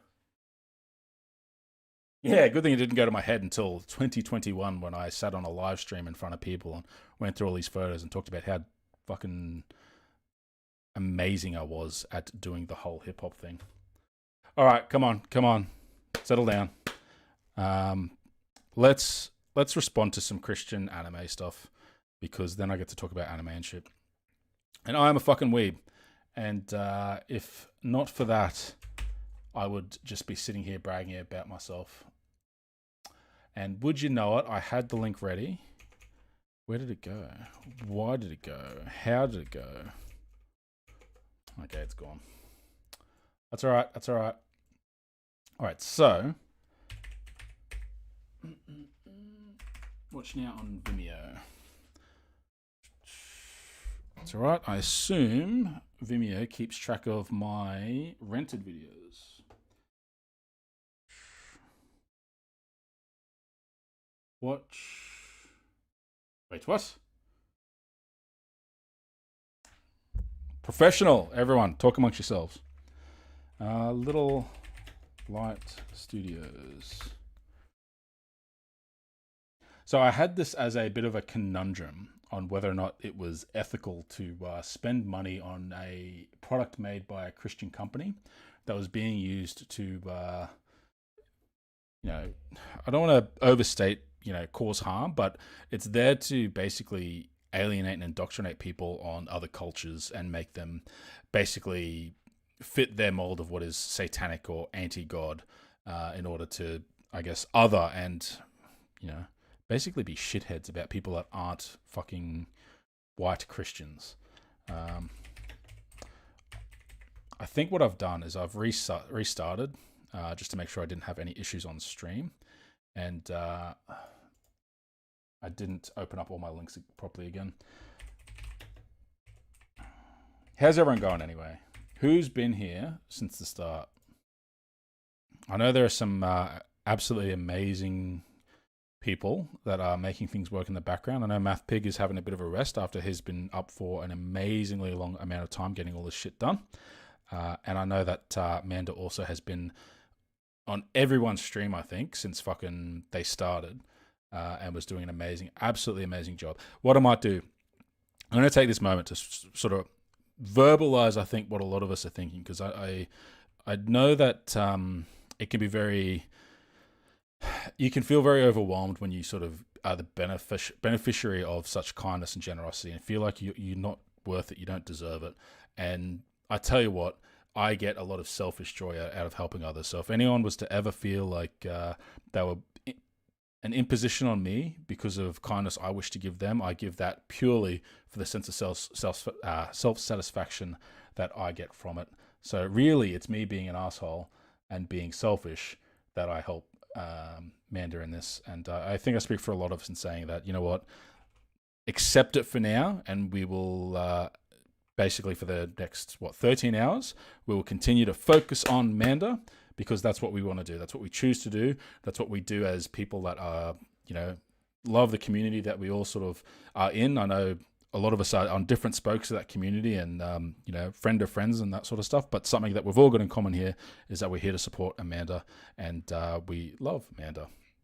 So I'm sure she'll guilt watch this when she is back online. And I hope when she sees this, she understands that, none of this has been a burden to any of us. This has been exciting. This has been fun. This has been engaging. I've really enjoyed being a part of this, and I am very appreciative to the opportunity to participate. And thank you to MathP as well for putting all this together and all the hard work he has put in. I've sort of seen him go from when I started 2 hours after the stream, I started watching the streams, and sort of the work that's gone on continually through till now has been monumental. And I see that, I recognize it, I respect that, and I thank him for that. So where's this fucking link? Digital, here we go. I can't see chat at the moment because I've got a different desktop open while I'm trying to find this garbage. Dark Secrets of Anime Exposed Part 2. Watch. Fuck, this is funny. This was the first thing I live streamed on YouTube, and holy shit, it was fucking funny. It was an enjoyable live stream too. I'm just going to turn off the face cam briefly while we get this set up. Yep, there's a bit of lag on my thing, unfortunately. Chrome. Hopefully I'm not giving away too much on my desktop in terms of private information. Lol. So we're going to be watching it on Vimeo. Now, there's a few things I'm cognizant of here.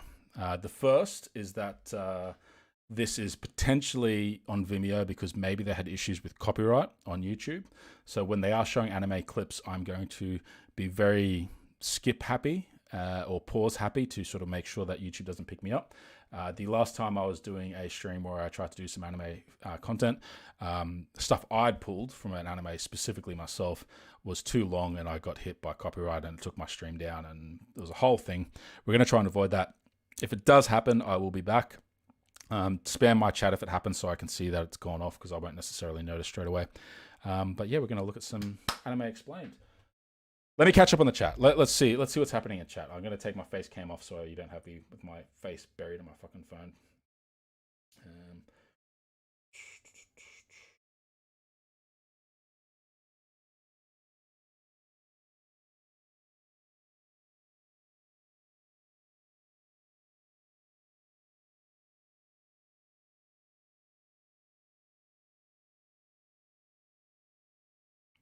All right. Quality content, me sitting there in silence trying to read the fucking chat. I need to find a solution, right? On Twitch, let me say, on Twitch, I can grab the chat in a separate program, make the text fucking massive, and can read it with no problems. On YouTube, they're fucking, that thing, accessibility options, are dog shit. Complete and utter dog shit. And yeah, Aunt Joe's got a good idea. This is us sticking it to the fucking arseholes that are around her, the fucking maggots, the fucking... everyone that is putting pressure on her just because of who she is. We are providing her with a way to basically get out of that and go, hey, fuck you. We look after our own. And we do. So, wait, part 1. I didn't click on part 1. That's all right. They're all down here. Part 2. All right, so part 1 I have done. Wait, what?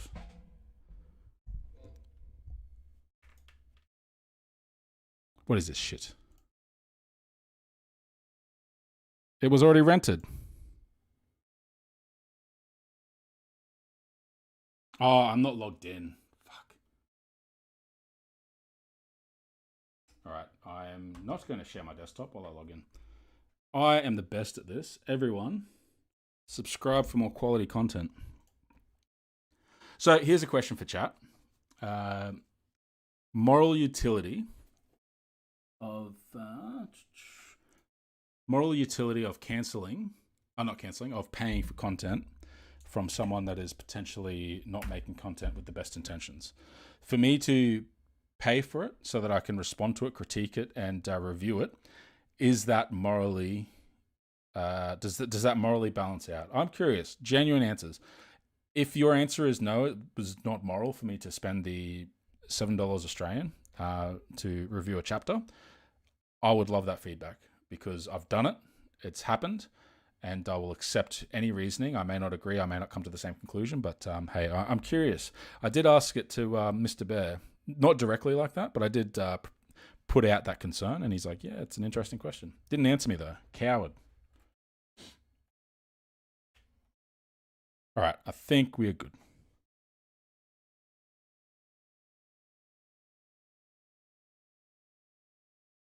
Let's go. Hey, I'm Keith. I'm Alex. I just want to say thank you so much for watching our second part of an anime documentary. Bring it on. Also, thanks so much for your support and Patreon. Follow us on social media and don't forget to like. I fucking love this, right? This is going... I shouldn't have let them do their plugging. Phrasing. Boom. But listen to their disclaimer for just watching the fucking documentary. Like our videos on YouTube. We just want to give you guys a heads up on this second video because just like in the first one, there's some very Gnostic content, some very blatant content, and it really only goes down from here. In this episode, you're going to see content from Neon Genesis Evangelion, Cruel Angel Thesis, best anime opening, fight me, and from Full Metal Alchemist. So we just want to warn you beforehand, if you've never seen this kind of content before, it's probably not for you. But if you know somebody who has been exposed to this content, you should definitely check it out. Who's seen Neon Genesis Evangelion? Who's seen Full Metal Alchemist? This content's for you. If you haven't seen it, don't even expose yourself to the arguments against it because it is so filthy and satanic that even hearing the rebuttals might taint your soul. Let's go. Viewer discretion. Okay, fuck your intro.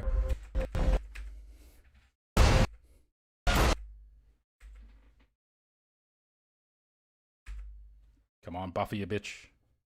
I shouldn't have said that. Sorry. The blood. The plague All right, mask let's just makes go. me think of the plagues in Revelation. Yeah, me too. There are many. I'm sorry. That was just a rant. Okay, I haven't watched this video. I'm just going to click around a bit. I've only got 40 minutes left before we hop over to Nervardia's channel. This is 50 minutes. I've rented these. I'm probably going to record them with my screen capture software.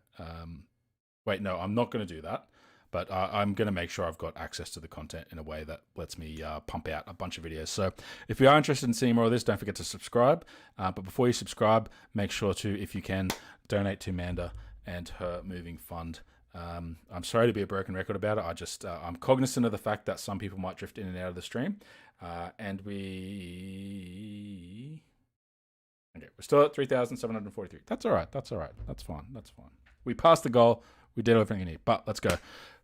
Holy shit. The angel masks look like Plague Doctor masks, which makes them think of Revelation. Part 1 of this video, they had an obsession with making everything look like Revelation. They had an obsession with trinities, and they had an obsession with stand-ins for Christ or Lucifer. Basically, everything was that sort of stuff. So let's go.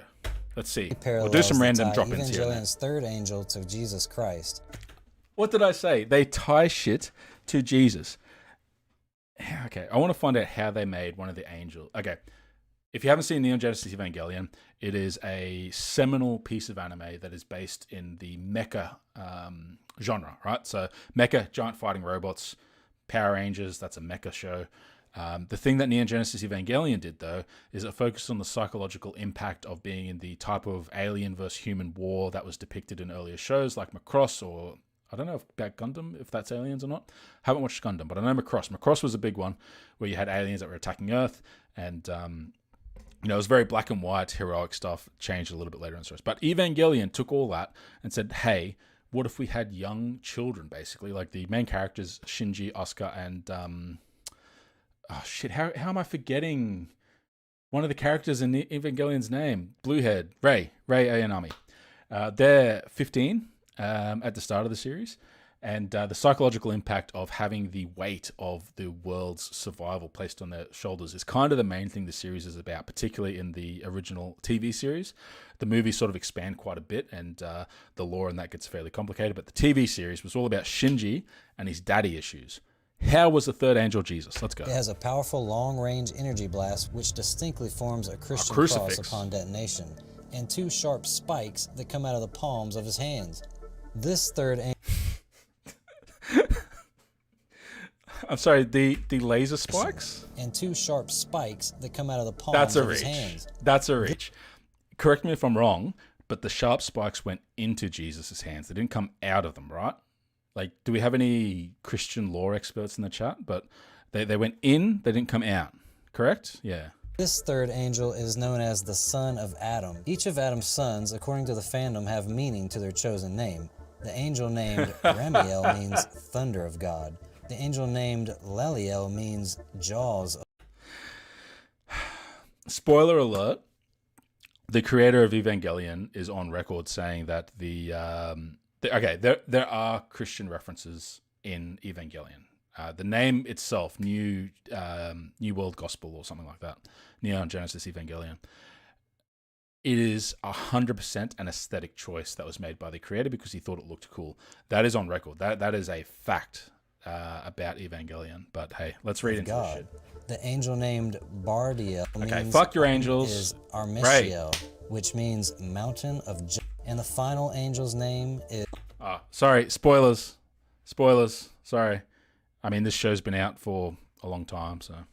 Hey, the final movie to the rebuild series of Evangelion, I think that came out in theaters in Japan recently, so we should get the last movie of the remake soon. All of that, it's hard to see these villains as representations of Satan or his evil angels when all their names are references to the God of Heaven. That's right.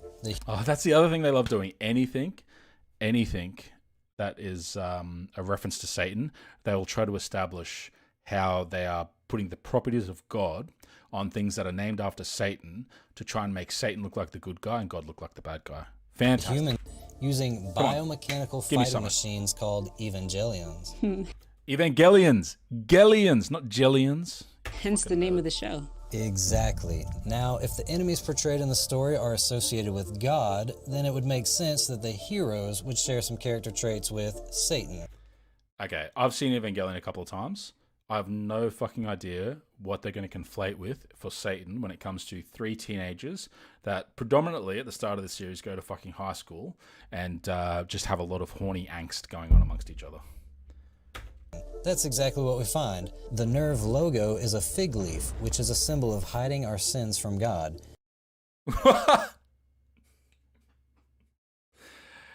But the fig leaf wasn't really a thing. The fig leaf was an artistic rendition from the Renaissance to cover nudity, not actually something that happened in the fucking Bible. So how's Adam and Eve hid their nakedness with a fig leaf. Did they? Am I wrong on that? When they ate of the forbidden fruit. Underneath the leaf are the words, God's in heaven, all's right with the world. That's as if to say, as long as God is in heaven and stays out of the affairs of earth, then all will be right with the planet. The second God meddles in Earth, then everything will not be all right. Yeah, this logo is a badge of defiance to God. The logo for seal is equally blasphemous. It's a triangle with a serpent wrapped around an apple. That Come on. The Lamb of give me some gold. And the Lamb. Don't give me Bible verses. Sorry, we're going to skip a little bit because I am running short on time. The synthetic humanoid Evangelion. See, they said it right in this show, and they still said Evangelion. Around a tree of life, as well as the tree of knowledge, once again borrowing imagery from the book of Genesis and the fall of man. In Neon Genesis Evangelion, the creators of life, known as the first ancestral race, spread seeds of life all over the galaxy. There are 2 varieties of seeds, the seed of... So they did this with Dragon Ball Z as well, right?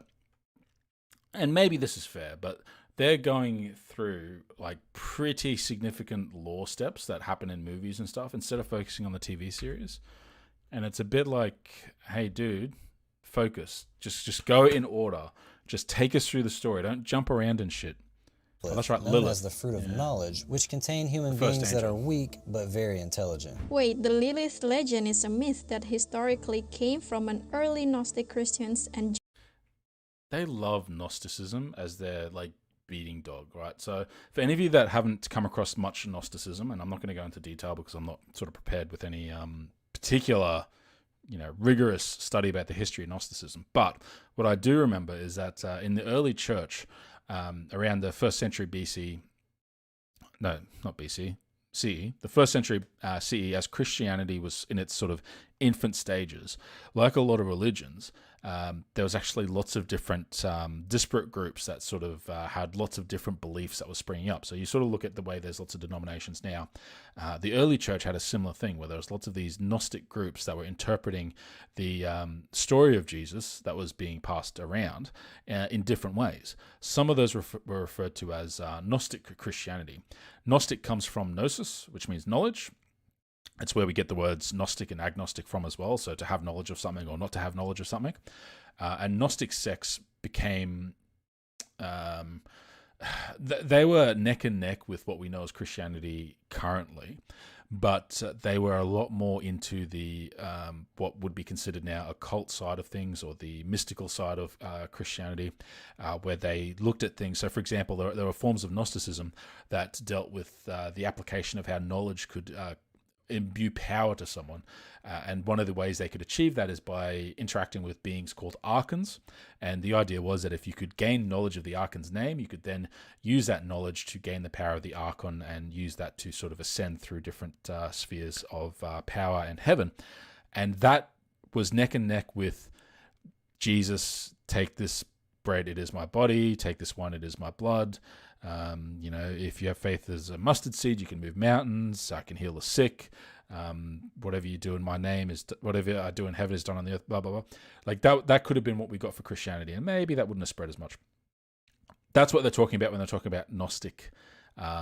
So it's kind of weird for Christians today to sort of demonize Gnostic belief systems when they predominantly fell off as the main branch of Christianity in the Orthodox Church.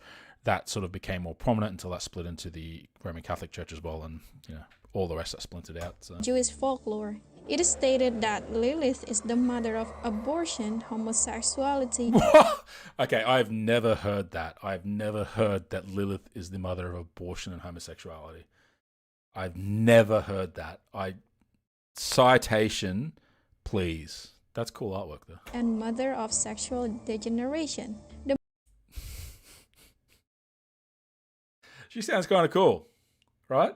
The myth says she was created by God to be Adam's first wife. It is historically understood that Lilith has sexual relations with demons, yet she is shown on the cross. Hey. If they want an anime with someone having sex with demons, I've got some links for them. In place of Jesus. So it's like putting the most sinful being in place of a sinless being. A total defilement of the true gift that was God sending his own son to redeem sinful humanity. This satanic imagery is all throughout this series. So there's this law that both the seed of Adam and the seed of Lilith cannot coexist on a single planet. The intent of this rule is to prevent any form of life from becoming a godlike entity by acquiring both.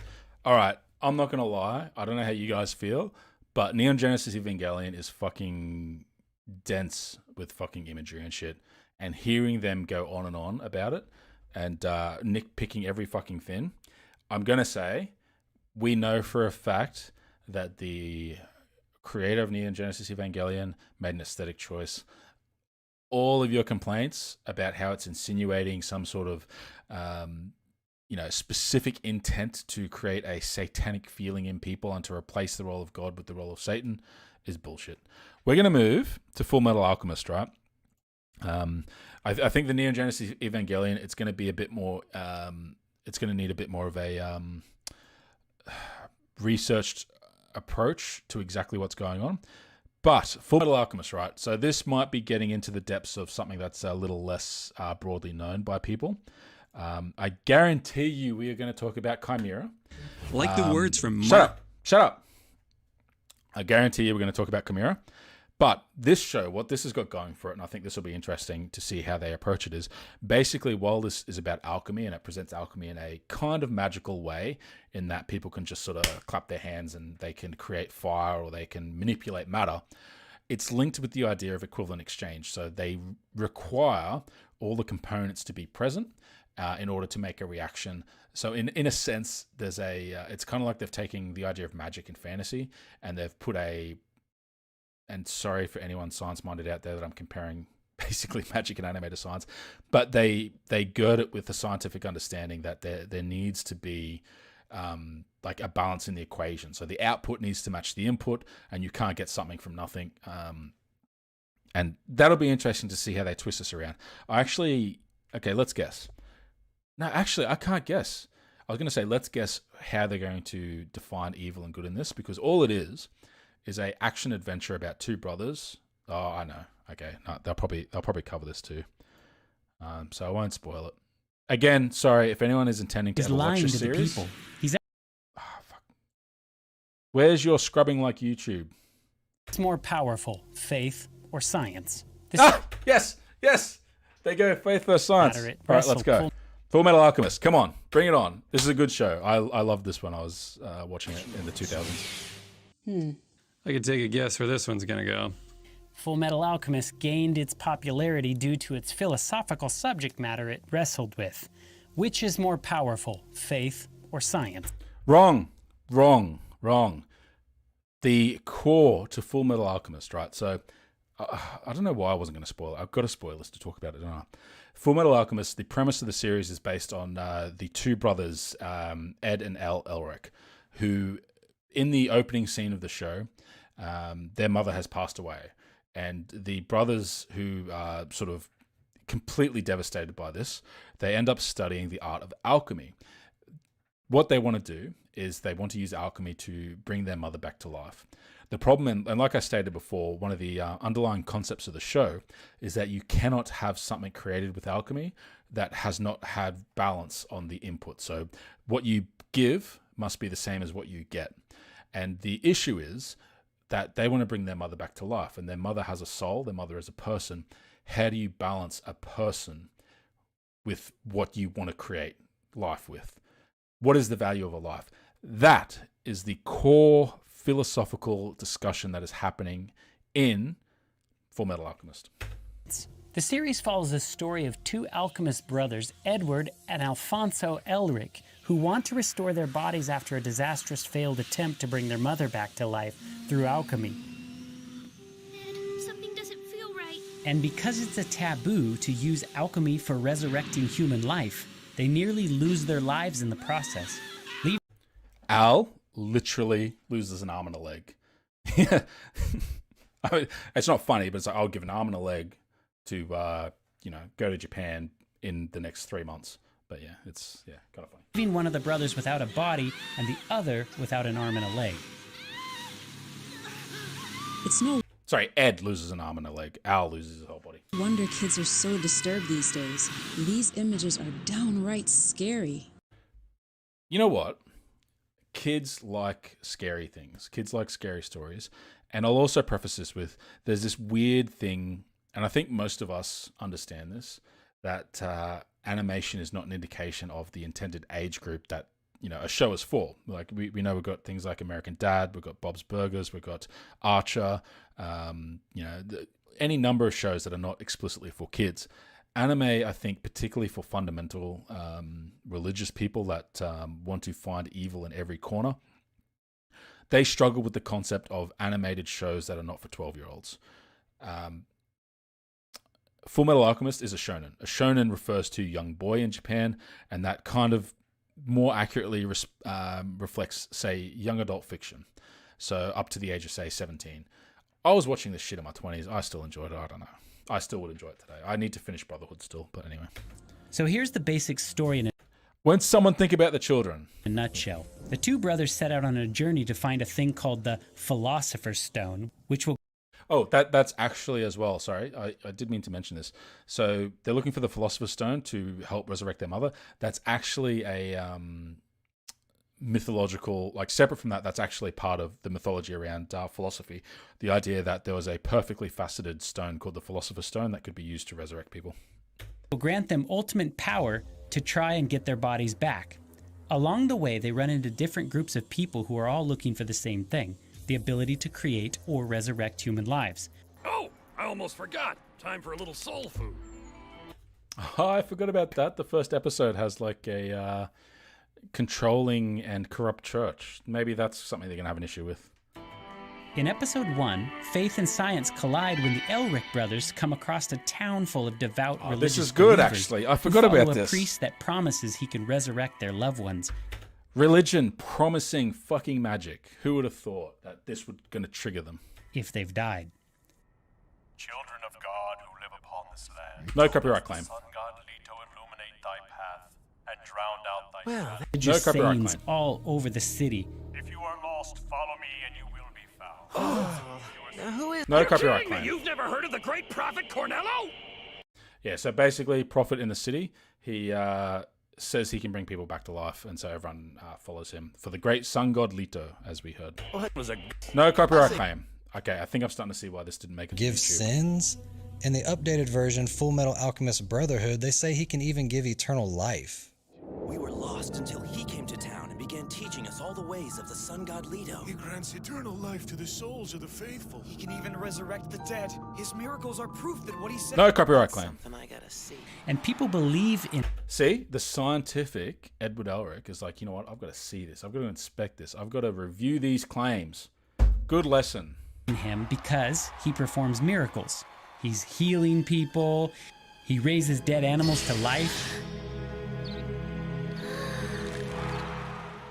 How are you liking your first miracle gathering? He's amazing, isn't he? Well, he's an amazing actor. No copyright. Into wine. Okay. Now I'm starting to get where they, what maybe got them onto the Full Metal Alchemist train. Say now, Ed. I'll bet you can't do that with alchemy. Yeah, your science can't do that, can it? And I bet they're going to portray this religion in some messed up way, even though it's got a lot of parallels with Christianity. Okay, already they've portrayed it as like a North Korean style, speakers all out through the city, stopping people for the daily prayers and the statement of belief in the god Leto and stuff. Like, it's already messed up, and he's like, I bet it's going to get messed up then, isn't it? But as the story develops, Edward finds that this priest is lying to the people. He's actually using alchemy to perform his so-called miracles. Edward then aims to expose him. See, isn't this good, right? Like, okay, let's put our believer hats on for a second. Let's put our we believe in a Christian God who can perform miracles and, you know, explicitly do the things that are claimed in the Bible. If someone was found to be falsifying miracles and using science to trick people into thinking they were doing the will of God, wouldn't that be in the benefit of a true Christian believer to be supportive of a narrative that is like, you know what, that shit's got to get called out, because we can't have someone faking their faith in God. We need genuine faith. Like, this story isn't explicitly anti-Christian. It is against charlatans. It is against people that are faking it. It is against what's that circus that something brothers. You know what I'm talking about. Like, this is not explicitly anti-faith, right? And ultimately, you know, the series does have a fairly delicate balance between respecting the idea that, you know, people have beliefs that are important to them, but then also that the utility and the, you know, actual reality of the world is something that also needs to be respected. Edward walks into the church to find the priest, and he runs into one of the believers named Rose. Ancient technology, you're on your way to being banned. I'm happy for you to disagree. I'm happy for you to put opposing opinions. But if you're going to copy-paste stuff that is not relevant to what is explicitly being discussed and responding to the points that we're actually looking at on the stream, that is not something that we have as much space for. But I'm happy for you to be like, hey, I don't think that's very true. I think I would be like, that's fine. Discuss what is at the topic at hand. Don't come and start talking shit about the Mark of the Beast and Revelation, because frankly, Revelations is like the easiest book of the Bible to be discarded as pointless, useless, and lacking in any formal utility, even morally or ethically, because all it does is fearmonger. And it was written explicitly for people that were experiencing persecution in the early church time to make them think that there was something better coming so they wouldn't give up. It was not written as actual prophetic fucking dictates on what is going to happen in the world. That's why it's so vague. That's why it's never been shown to have any prophecies that have come true without them being targets that have had them drawn after the fact, and has never predicted anything. It's only used retroactively because it's designed explicitly to make believers feel better about believing something that they start to have doubts on, because they get promised a ultimate reward and that Jesus will come back with a sword and fuck people up for not believing. So yes, thank you for that contribution, but cool it. Just bring him back. So this is the almighty Lido. Welcome. Are you interested? Well, I'm sorry. Come on, no copyright claims. Those are pretty unmistakable biblical parallels to Christianity. Like the words from Mark 9:23, where Jesus says to him, "If you can believe, all things are possible to him who believes." As a man opens blinds to let the light flood in, so open thy heart that the sun god may shine on you. Choice words. Why are your clips so There long? is no mistaking who this character represents, except... Yes, he is meant to be a corrupt priest. We know corrupt priests exist. I don't know why. Okay. I know why. It's propaganda. So, Rose So, is a if you cutie. pray and polish the altar enough times, someone who's dead will be brought back to life? Something like that. No copyright claim. Let's go. Water, 35 liters. Carbon, 20 kilograms. Ammonia, 4 liters. Lime, 1.5 kilograms. Science, Phosphorus, bitch. Let's go. 800 grams. Okay, this is just to prevent the copyright, and keep going. Salt, 250 grams. Saltpeter, 100 grams. Sulfur, 80 grams. Fluorine, 7.5. Come on. Iron, 5. Who hasn't seen this in chat? Who knows where this is going?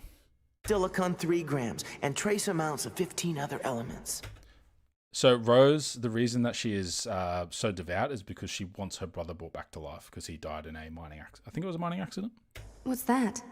It's all the ingredients of the average adult human body, down to the last specks of protein in your eyelashes. And even though science has given us the entire physical breakdown, there's never been a successful attempt at bringing a human to life. There's still something missing, something scientists haven't been able to find in centuries of research. So what makes you... That moment was pretty cool, I have to say. Like, I enjoyed that moment. That sort of that mic drop, like, this is what science has found. This is what science has determined. We can figure out everything about what makes up a human being physically. Think that hack job priest with his parlor tricks is going to be able to. And in case you're wondering, all those ingredients can be bought on a child's allowance. All right, ancient technology. Thank you. No, that you know, that's great. That all these shows take inspiration from the Bible. I wouldn't say all these shows. A lot of them do. One thing you probably need to understand about anime is that in Japan, when they're doing things like writing manga or the light novels that lots of anime are based on, they like to pick things that are aesthetically pleasing. And one of the things that has been quite popular for quite some time in that world is the appearance of Christian iconography and Christian themes.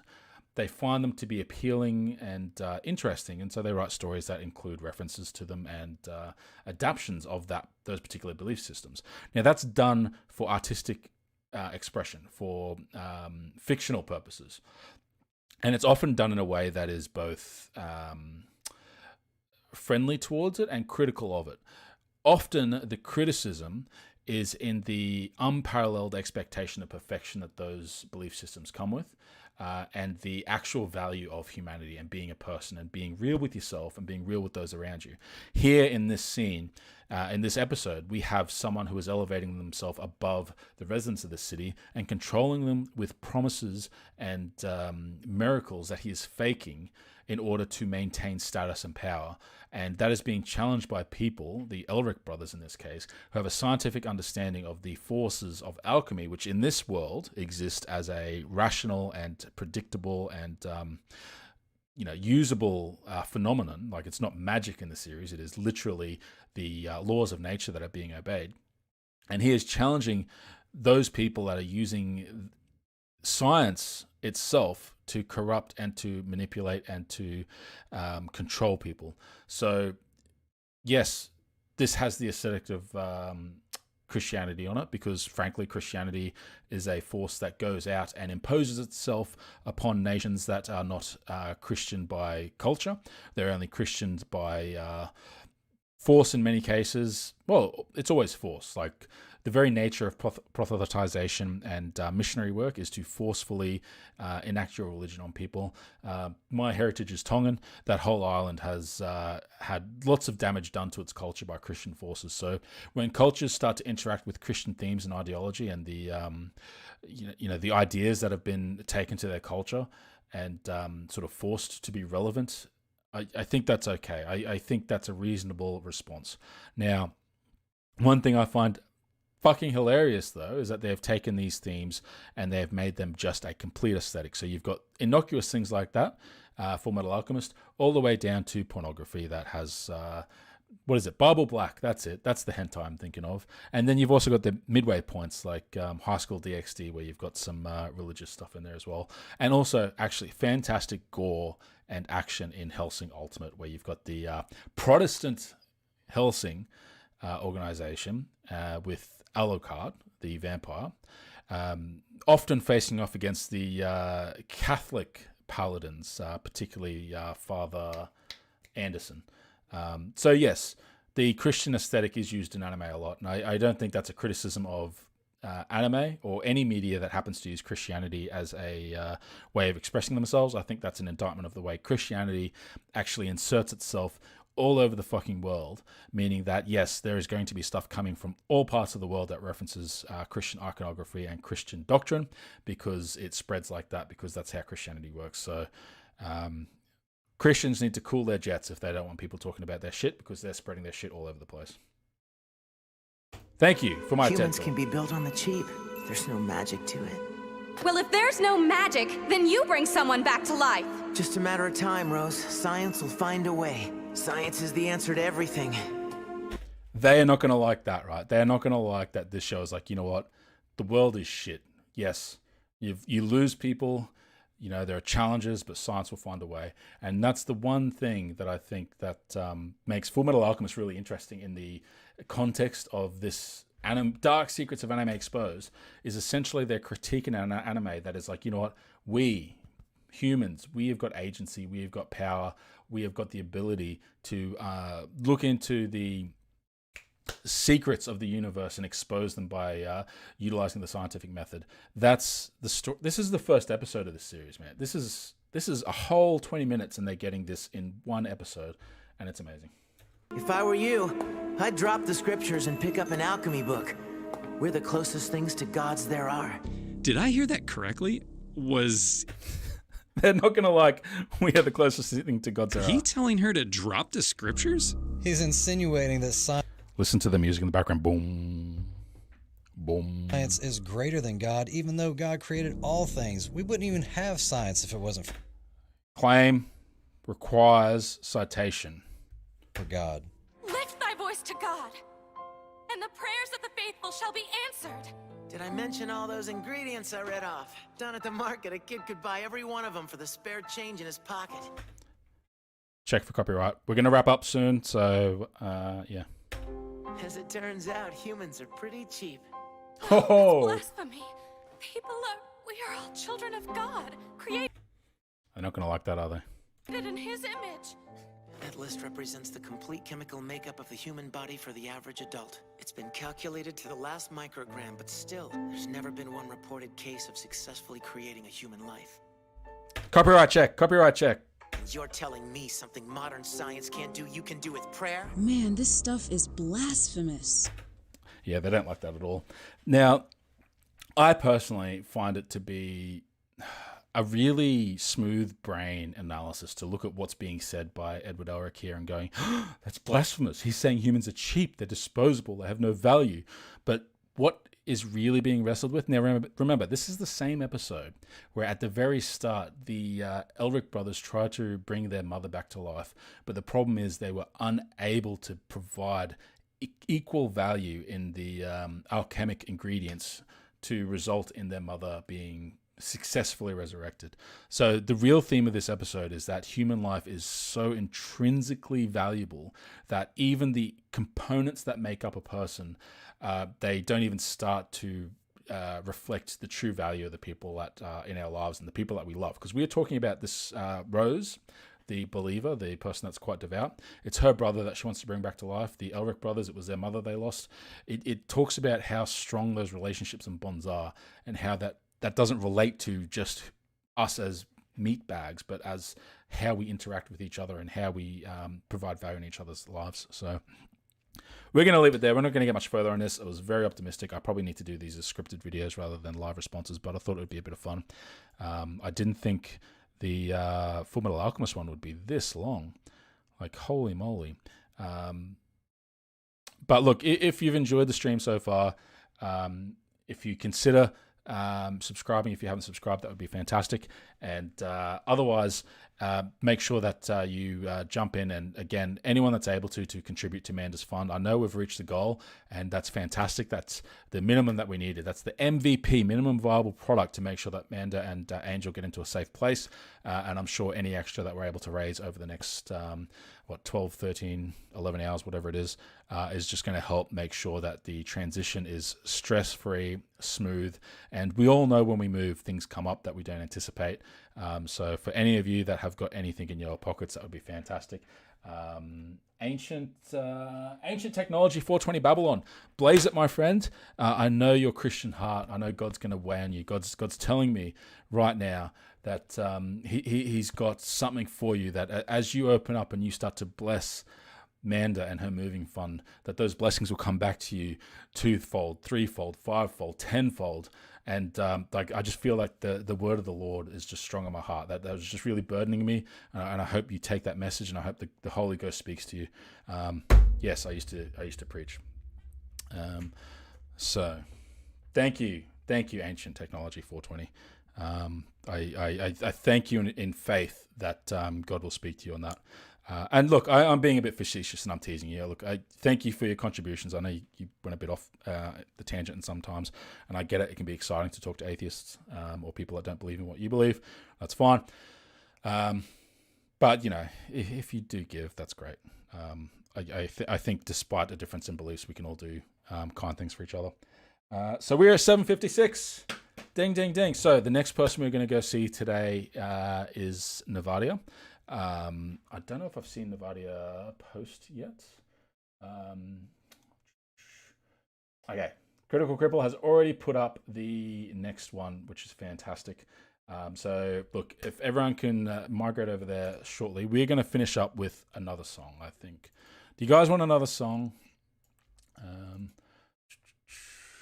Where is my media player? Because I think I didn't copy the right one over. And we'll just play it straight out of the media player.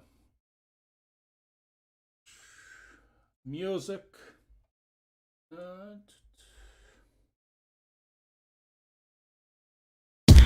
Did we listen to this one yet? I don't know. If not, you're getting it again. No. Fertility with spiritual agility. It takes some effort, boy. I don't forget it, joy. It's my strength, so I armor up. I get the drama up and try to focus. Just to stoke this fire into a flame. I write this name upon my forehead. I shed these dead cells and let wells of living water flow. But it's a slow process. Right. Everyone go check out Nervardia. Thank you for coming. They're just like tourniquets on snake bites, and like an Israelite, I've got to lift my eyes a little higher and change my attire and put on something new. Change my whole point of view, but it's a struggle, man. Yo, I juggle and yes, I weigh up these facts with the abstract, and I have to be constantly reminded that when I lose it, that's when I find it. Yeah.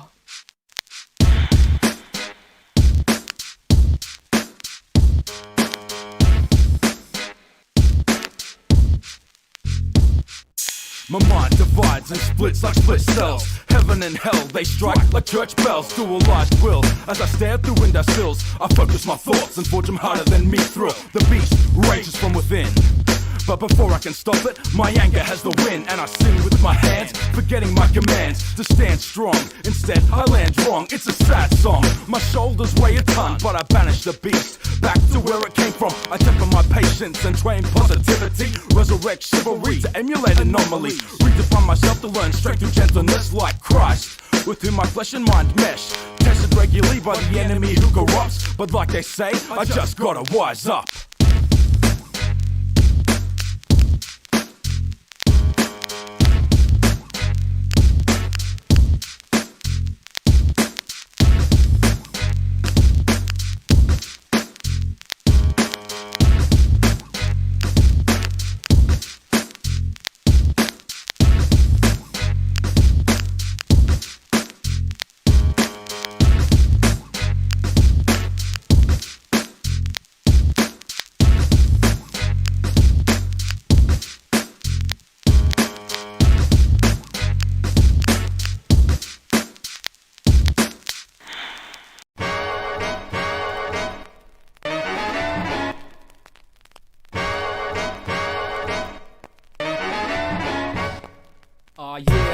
Straight out the dungeons of rap, where fake MCs don't make it back. I don't know how to start this.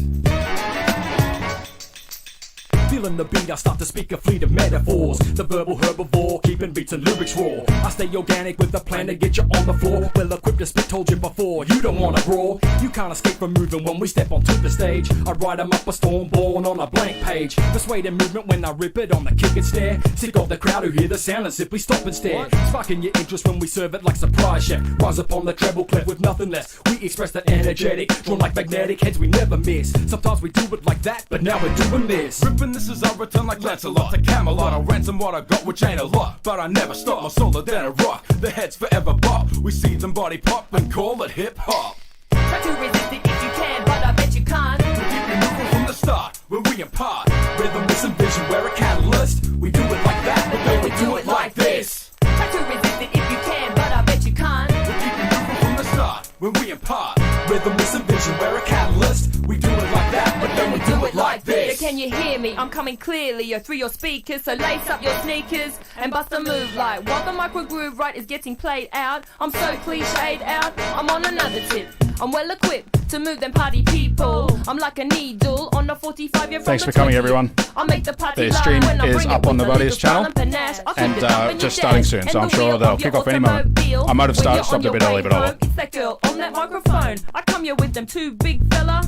Rocket sweeter than a jar of Nutella. Kingdom dweller, dropping lyric versatility for all to see. So bring your hands together, 2 and 4, not 1 and 3. It comes so easily with practice and consistency. Try to tune in frequently to that footstool frequency. Try to resist it if you can, but I bet you can't. We keep you moving from the start, when we impart rhythm, this and vision, we're a catalyst. We do it like that, but then we do it like this. Try to resist it if you can, but I bet you can't. We keep you moving from the start, when we impart rhythm, this and vision, we're a catalyst. We do it like that, but then we do it like this. Beats are my bread and rhyme is my butter. It makes my heart flutter to grab the mic and clutter the airways with stairways to reach the gateways, to clear ways and re-amaze the peers in the hallways. From the caves to the base, Sundays to Mondays, some days are mundane, but these days are insane. No pain, no gain, but I'm set on Emmanuel declaring the king. Hey, just label me Samuel, you might know me very well. I can never ever tell if to sell a CD or am I just for kiddies. If I said pretty with my please, would you just free me? But in the end it's all good for keeping me busy.